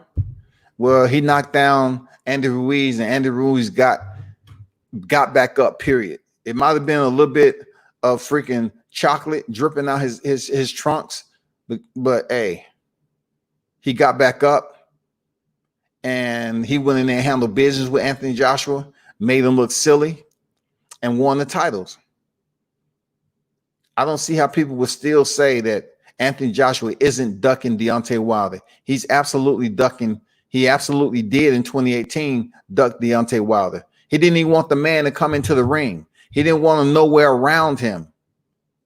I mean, come on. He doesn't want to go through press week knowing he had to step in there with Deontay Wilder and face him. Not after Deontay Wilder get through with Tyson Fury in December. You got to get payback, man. You got to get payback. It ain't no ifs, ands, or buts about it. Deontay Wilder has to get payback. He has to go in there and help Tyson Fury understand that he's playing with people's lives. He's playing with a man's life that has a family to support. And also, you try to take away this man's boxing career by playing dirty. Now, for that, it's no cushion. It's no cushion. It's no cushion. It's no more cushion. If you put a man in that predicament to potentially have him speaking different, looking different, or potentially could have been laying down on a gurney, a stretcher, and went through what Maxim Delishev did, dropped into a coma and died. Hey, it could have been like Adan Stevenson. He was able to come out of his coma and be able to communicate just a bit. People don't look at it that way, because if something is a little bit eccentric about the normal routine of a fighter wrapping his hands and the type of gloves and the injuries that's being received, then you need to act on it. You need to be smart about it, assess it, and come up with your own freaking results. And you need to do everything accordingly. Look at the opponents that he's faced. Look at when he start, supposedly on this night, February 22nd, hit the power in his hands and everything, the results from that power. Look at and read, the alleged doctor reports from Deontay Wilder, to the point of all the photos that's out there of the gloves, the way they was flicking back and forth. You know what I'm saying? The way all these slideshows are out here. His team putting a shirt up over the camera because they didn't want anybody else to see what they was up to. And one thing you have to say, and I know some of you that follow YouTube all the time, and you see people talking about this shit, and I say to you, I understand, and you're going to continue to hear it all the way to December. Not from me every day, because I have boxing and MMA to report on. But look, you're going to hear about it because it's essential news. It's very, very important news. And it's going to come a time that you wake up, you're going to hear ESPN talk about it. Watch what I tell you. This is at a point right now where Max Kellerman and Stephen A. Smith has to speak on it. They have to speak on it. They have to do just a little bit more to find out, is there any truth to Tyson Fury's gloves.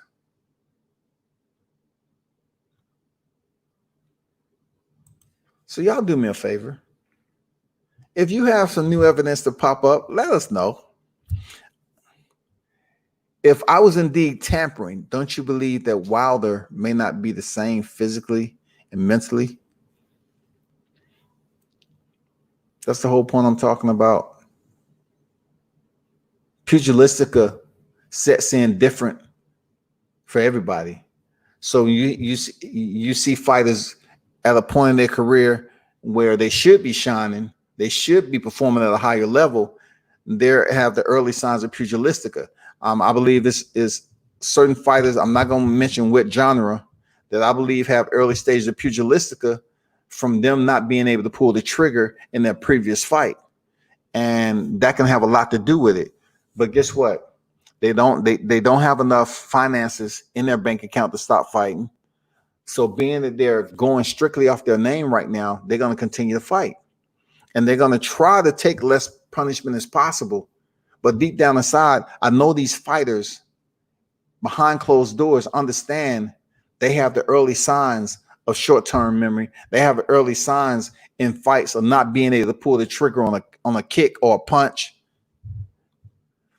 Hey, it's tough. It's a tough sport. It's a very tough sport. But know this, we're going to keep our voices high. The king shall rise again. And it's do or die. I don't prognosticate negativity. You never hear me say, okay, well, fighter's going to go in here. If he wins, if he loses. I don't talk about that losing shit. I support the fighter if he goes, when he goes in there and do what he has to do. Then we're going to talk about something different once he gets his title back. I don't think for 1 minute the fight is going to be the same as the rematch. I think if anything happens, the knockdowns are going to come at the expense of Tyson Fury. That's what I believe. He's not a knockout puncher. Remember that, people. I'm looking at you in your eyes. Tyson Fury has never been a knockout puncher. Don't think it's going to repeat itself the next time they step into the ring. Not even once. I don't see it happen once. Tyson Fury knocking down Deontay Wilder. But Deontay Wilder, with the fury that he has internal to his body, he may indeed knock out Tyson Fury this time. And I want everybody who was dogging him out to come over my channel, because I'm just going to give you a nice big 2 fisticuffs right here. Yeah. Put them knuckles. I'm a goddamn slide across your jawline, goddamn it. And tell your chin to stop fucking up. That's what I'm gonna do. But until then, people, it's been a pleasure as always. I'm just up here keeping the mood like, hey, the fight card is over with. Shout out to Carlos Jackson, man. You weren't able to get it done. You know, until next time. Hey, King Dynamite still got my support. Shout out to Robeisy Ramirez, man. Winning fought a very solid fight. Gained his revenge on Adan Gonzales. I like the fight. It was an easy 6-round fight for him. Mailata, you know, he lost to Kingsley, Ibeh. And we all saw that heavyweight fight. Them guys were swinging a lot of heavy lumber, but no one was building anything off of it. You know what I'm saying? They was chopping it a little bit, but you know, I mean, they got a lot of work to do. They need to keep it going in the gym, man. They got a lot of work to do too. Elvis Rodriguez, I'm not gonna lie, his was straight to the point, very stiff jab to end the fight. Dan Murray was the right person to be on the end of that jab, because not too many guys get knocked out from a jab the way he did. He might have popped in the right way that it messed up his orbital bone or something like that, but it was just funny. The dude was like acting like he was trying to freaking, you know, slime out the ring, fall out on the side by the judges table, roll out the back, right into the showers, get dressed, Goddamn, go get something to eat because they've been in a bubble all week, you know. And give it up for Albert Bell, smooth operator tonight, cool, calm, and collective. I just wish he would have put out a little bit more punch output, and he needs to get his hands up when the fighter is on the inside, because once you get a boxer that's close distance and get in close, and they see everything that's going on, and they're digging to the body, they're telling you they're there to work, and they're able to sneak those punches up top that you cannot see. Like tonight, your opponent was at a good distance where you know when they was trying to show that right hand and you just slipped it. Every time he threw his right hand, Bell was slipping it with ease. But when you get somebody on the inside that's giving you that dirty boxing and going to the body and then come over with the hook and you can't see the hook, almost like, you know, Planier and Greer. When Mike Planier threw that left hook, he didn't see it. It was very well disguised. And in the main event, Jose Pedraza defeated Mikkel LesPierre. Very kind of wild fight a little bit. You know, they had their ups and downs, their ebbs and flows during the match, but it wasn't over the top. You know what I'm saying? I didn't feel a damn sweat come across my brow and say, God damn, Pedraza's okay. LesPierre. No, I didn't get that type of fight. I didn't get that energy we got when we seen Joshua Franco and Andrew Maloney. That was a motherfucking fight. Even when we seen Mike Planier and Joshua Greer Jr., that shit was pretty intensive. Seriously, it was. That shit was pretty intensive. And then Clay Collard, salute, man. I got to give you the salute, Clay Collard. When he went in there against Kaminsky, I got to give you a salute, man, because Kaminsky was 19 years old. Clay Collard changed Kaminsky's life that night. Believe that. Kaminsky needs to go back to the drawing board, just relax, get some rest right now. He took a lot of punishment. It's no fucking way this kid, 19 years old, is going to have a long career taking as much punishment as he does, especially from a fighter to start him off with Clay Collard. Clay Collard hits, and he don't get hit, but he's damn near in your face all the time.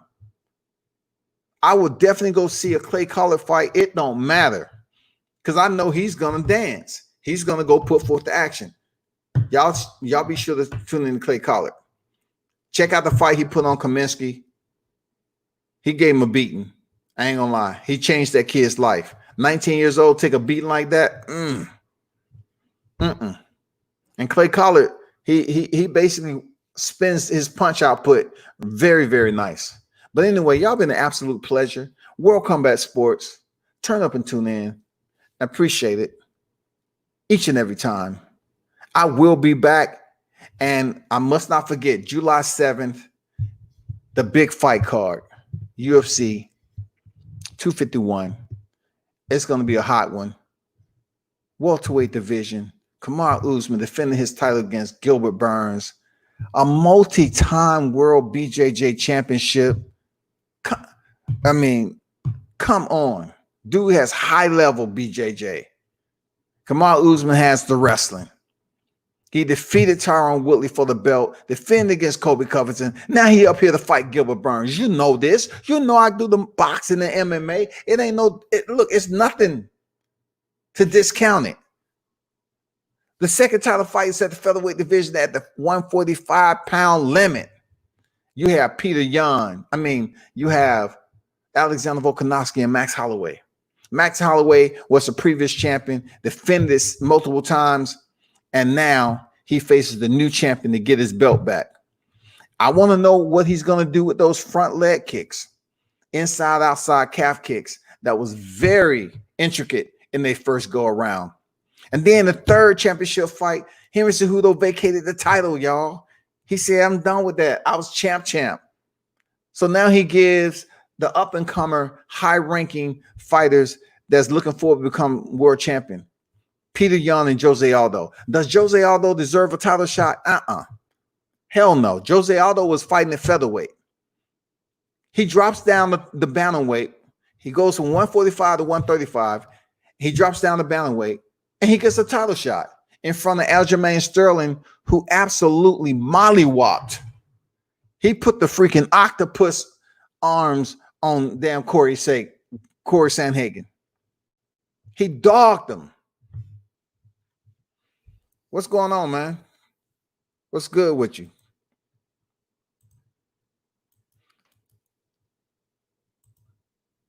H Money, the zone in the building. What you think about the fights, man? That little link, man, you want to join? I'll be on here for just a little bit, though. I'm on here for a little bit, bro. If you want to jump on and talk on the back end, I'm cool. I don't know, Oscar. He said, why didn't show the Jackson fight? I don't know, bro. Gerard Anderson fight next Tuesday. He is a great. Yeah, I'm looking forward for the Gerard Anderson, man. It's a lot of hope. You know, like I said, I didn't say hype. I said it's a lot of hope behind him because we got to keep hope between these fighters instead of hyping them up and don't support them. Keep the hope there. Then you have support. You keep on getting behind them and saying, man, okay, I hope this kid does this. I hope this kid does that. That's what I want to see.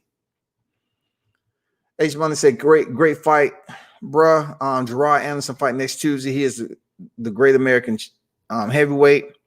Why wouldn't they show the Jackson fight? I don't know, man. Albert Bell looked great today, but he has to keep his hands up. On the inside, especially, man, he does. He was too calm and collective over there. I got Usman beating Burns.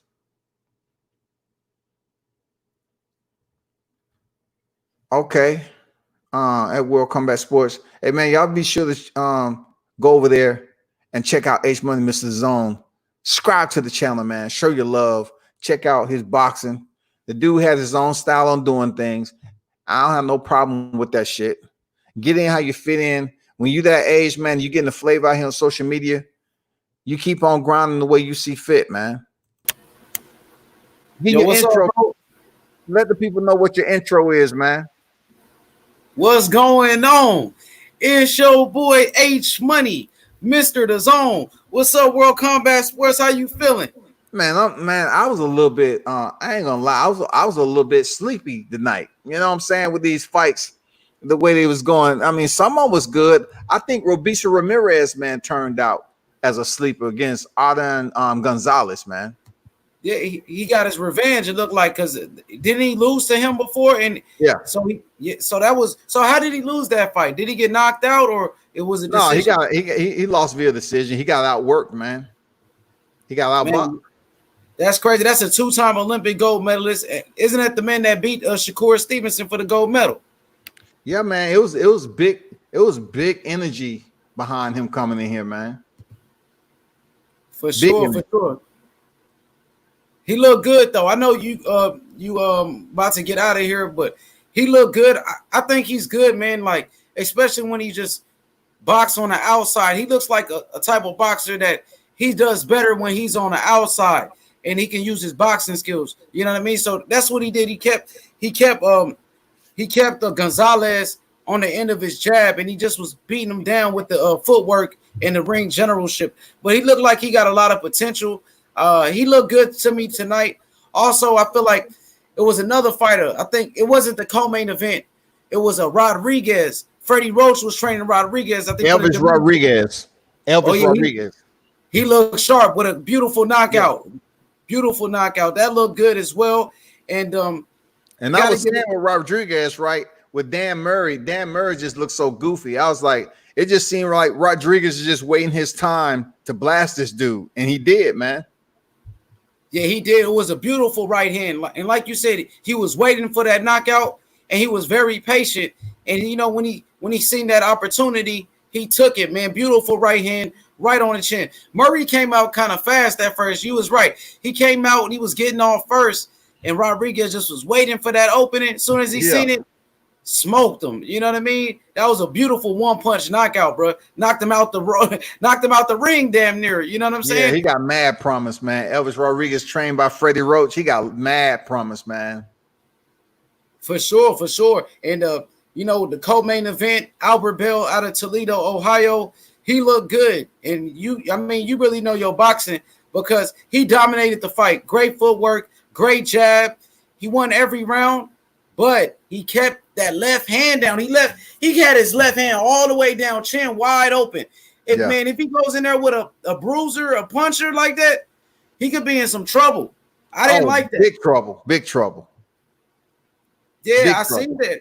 He won every round though, and he was looking good though. But come on, man, you got to keep your hands up. And he's out of Toledo, Ohio, my brother. And shout outs to Soul City Boxing out there. I'm not sure if you're familiar with Soul City Boxing, but that's the gym out there in Toledo, Ohio, where Otha Jones III, Charles Conwell, and I believe Albert Bell trains out that same gym.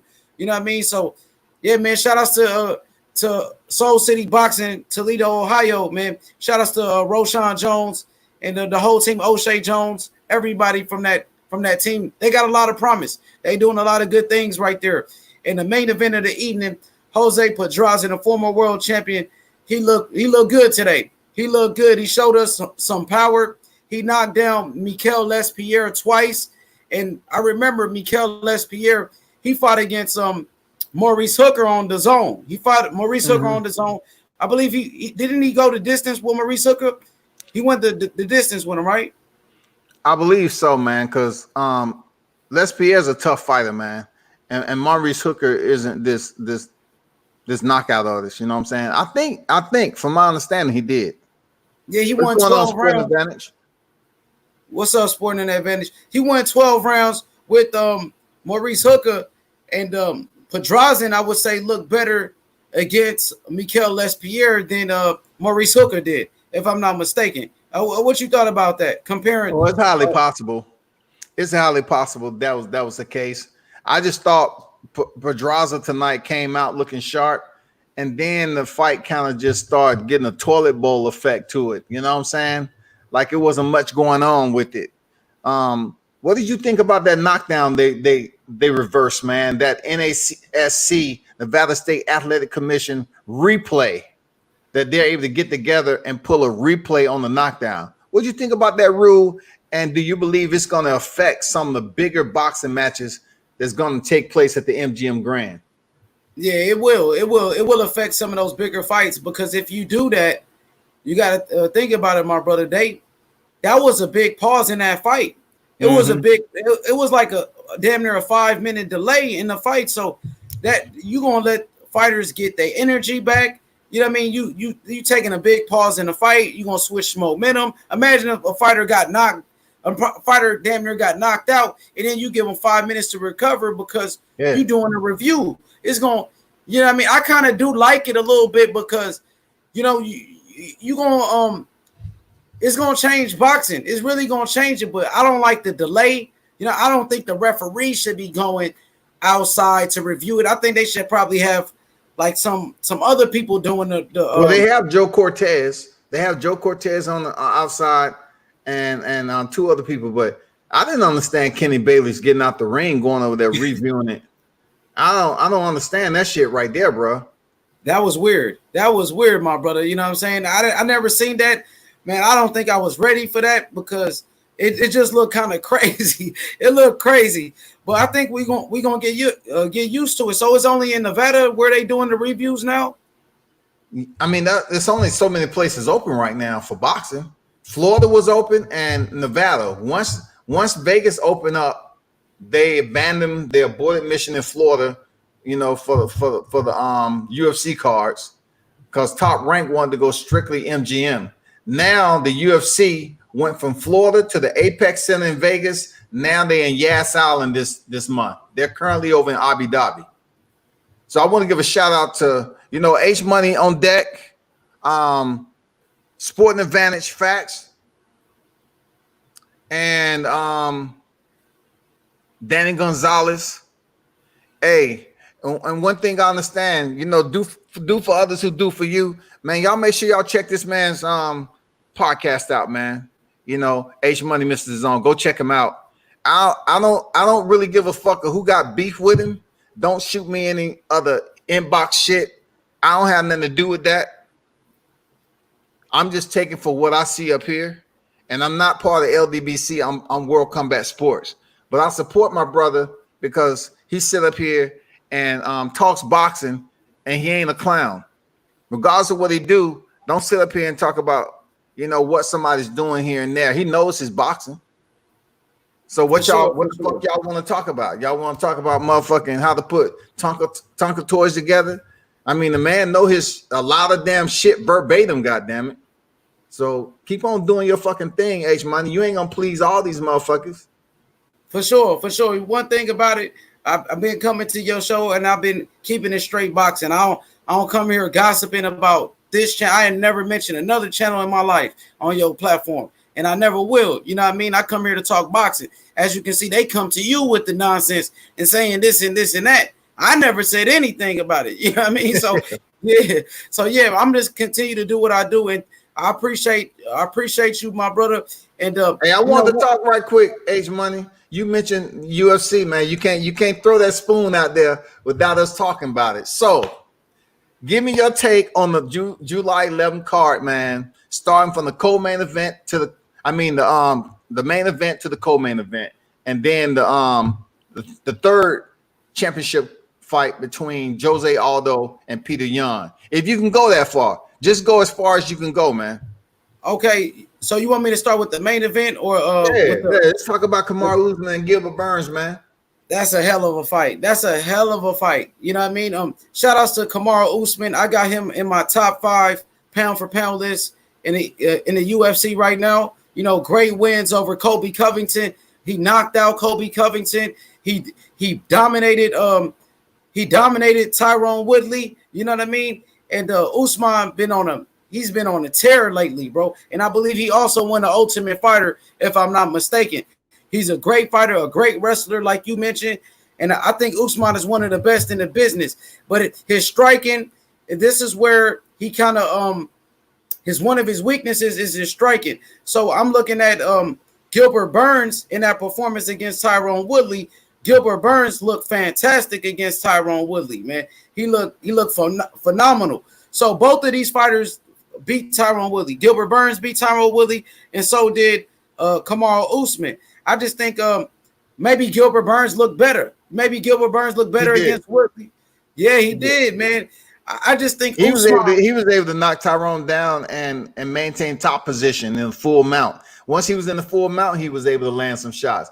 But I also have to give it up for Tyrone Woodley. He just don't go out there and get subbed out. You know, he might get taken to the ground, but he's not getting subbed out. But I got to give it up to Tyrone Woodley. You know, he fought 2 of them very highly skilled wrestlers, BJJ practitioners in Gilbert Burns and his brother Herbert Burns. But Gilbert Burns did the better job with the performance against freaking Tyrone Woodley, period. Absolutely. So do you think an upset is possible, bro, for Gilbert Burns? Do you think an upset is possible, bro? Come on, H. Hey, anything is possible, man. No, I don't want to hear anything, man. I want to hear, do you believe that Gilbert Burns, 3-time BJJ world champion, ADCC, Abu Dhabi Combat Club, do you believe that it may, in the 3rd round, go to the ground and Gilbert Burns may be able to sub Kamaru out? Or do you think his wrestling takedown is going to be all that's needed and it's going to keep it on the feet? Man, that's a great question. It's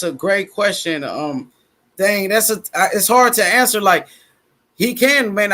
His Brazilian jiu-jitsu is tremendous. Like, he got all those accolades, like you just mentioned. I just feel like, man, Usman is a great wrestler. Usman should be able to control him with his wrestling. But I wouldn't be surprised if, Gilbert Burns can get an upset victory. But I got Usman, though. I'm gonna go with Usman. I'm going Gilbert, man. I like Gilbert, man. Not because I interviewed his brother Herbert, but I like the BJJ game. I mean, I like how he is as a fighter, very active. I've never really been sold on Kamaru Usman, even though he's a freak, man. He's a physical specimen. Next in the co-main event, man, we have the rematch between Alexander Volkanovski against Max Bless Holloway. You know, Max Bless Holloway defended his title several times, and Volkanovski just won it the other time. So Max is trying to come back and get his title? Do you believe that he has enough in the way the first fight went? I just thought the first fight was pretty easy for Volkanovski. Okay, I believe I watched that fight, but I can't remember everything that happened in that fight. Max Holloway, he's a great fighter, a former champion. You know what I mean? I just feel like Volkanovski is his time right now. I feel like it's Volkanovski time. He made it look easy in that first fight. And if he just follows that blueprint, if he doesn't get caught with it in exchange with Holloway, I think Volkanovski should get the W. You know what I mean? Fairly easy. But shout outs to Holloway, though. I have to answer this question right quick. Boxing Fantastic say Jose versus Prograis. That's what I guess he's looking. Jose versus Prograis. Jose versus Prograis. Jose Pedraza versus Regis Prograis. Oh, that's a good fight, man. That's a good fight. Even though they ain't nowhere close to fighting, I don't think, because he got to fight with Maurice Hooker. But in my opinion, I don't know. I will have to go to Pedraza a little bit. Regis Prograis get hits too much. But I'm gonna finish this up though. H Money with the MMA, the last one for the vacant bantamweight title. You have Peter Yan going in there against Jose Aldo. You know, Jose Aldo at one point in time he was freaking featherweight champion from WEC all the way over to the UFC, man. You know, before he went in there and got knocked out by Conor McGregor in 13 seconds. He's a beast, but how do you see him faring in there against Peter Yan for the vacant bantamweight title? I gotta go with Peter Yan, to be honest, man.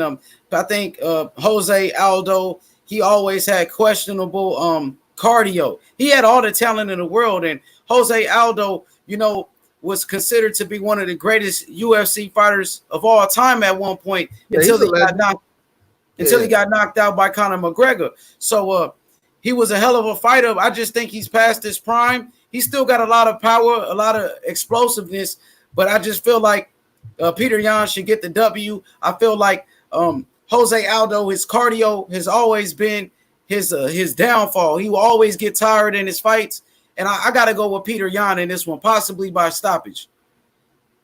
I'm just going with Peter Yan because of the youth. I think Jose has a lot of wear and tear on his tread, his MMA tread. He's been around the game for quite some time. He recently was able to get a body shot stoppage against Jeremy Stevens, which shocked the shit out of me. But him dropping down 45 to 135, I think at his age is a little bit too much for him, man. For sure. So who you had in that co-main event between Holloway and Volkanovski? From the way it looked the first time, man, you know how Volkanovski was able to have an easy go with putting his combinations together. Like he was able to really land some solid shots with those kicks. I got to go with Volkanovski, man. I got to go with Volkanovski in that fight. For sure. We agree with everything but that main event. So, man, yeah, I can't wait to see. I've never been an Usman fan, though, bro. You know what I'm saying? Never been an Usman fan. That dude, he got wrestle, man. And that wrestling, bro, I think in mixed martial arts, I mean, I know we love striking, we love knockouts, but when it comes to UFC, I think that wrestling is damn near the most important thing in the UFC, bro. You know what I mean? And shout outs to you, man. Make sure y'all hit that like button, subscribe to World Combat Sports right away. And my brother, before I go, I just want to say this. Next Tuesday, Jared Anderson, the real big baby, will be fighting out of Toledo, Ohio. He's only 20 years old. I believe he's the next great American heavyweight. He got a lot of skills, my brother, man. Hopefully, you know what I mean, you can get him on the show and you can do an interview with him, man, because that kid right there, I think he's going to be the next great American heavyweight. I don't know if you watched him before. I'm pretty sure you have. The guard. Have you ever watched him? I think you did. Yeah, I did. Yeah. What you think about him? I watched him, but look, I didn't get too much out of the last fight that he knocked over with the uppercuts. That does nothing for me. I done been to too many regional cards. I kind of know when a fighter is a slouch or whatever. Yeah, he was able to get him out of there. All right, I got it. And then, but the last guy he fought, not the one I'm talking to before he fought last, but the last guy, he was legit. I seen him fight on the regional card, man. He was a tough fighter. And Gerard He went in there and dispersed that dude. He broke him down, tired him out, punished him, and got him up out of there. And he was a tough guy. For sure, for sure. He's out of Toledo, Ohio as well. He started off at Marcus, Ohio run boxing too. Oh yeah, shout out to Ohio Runs Boxing for sure. And you know what, my brother, yeah, man, he's out of. I believe he started off at that Soul City Boxing Club out there in Toledo with Albert Bell and Otha Jones and all of them. You know what I mean? So shout out to Soul City Boxing once again.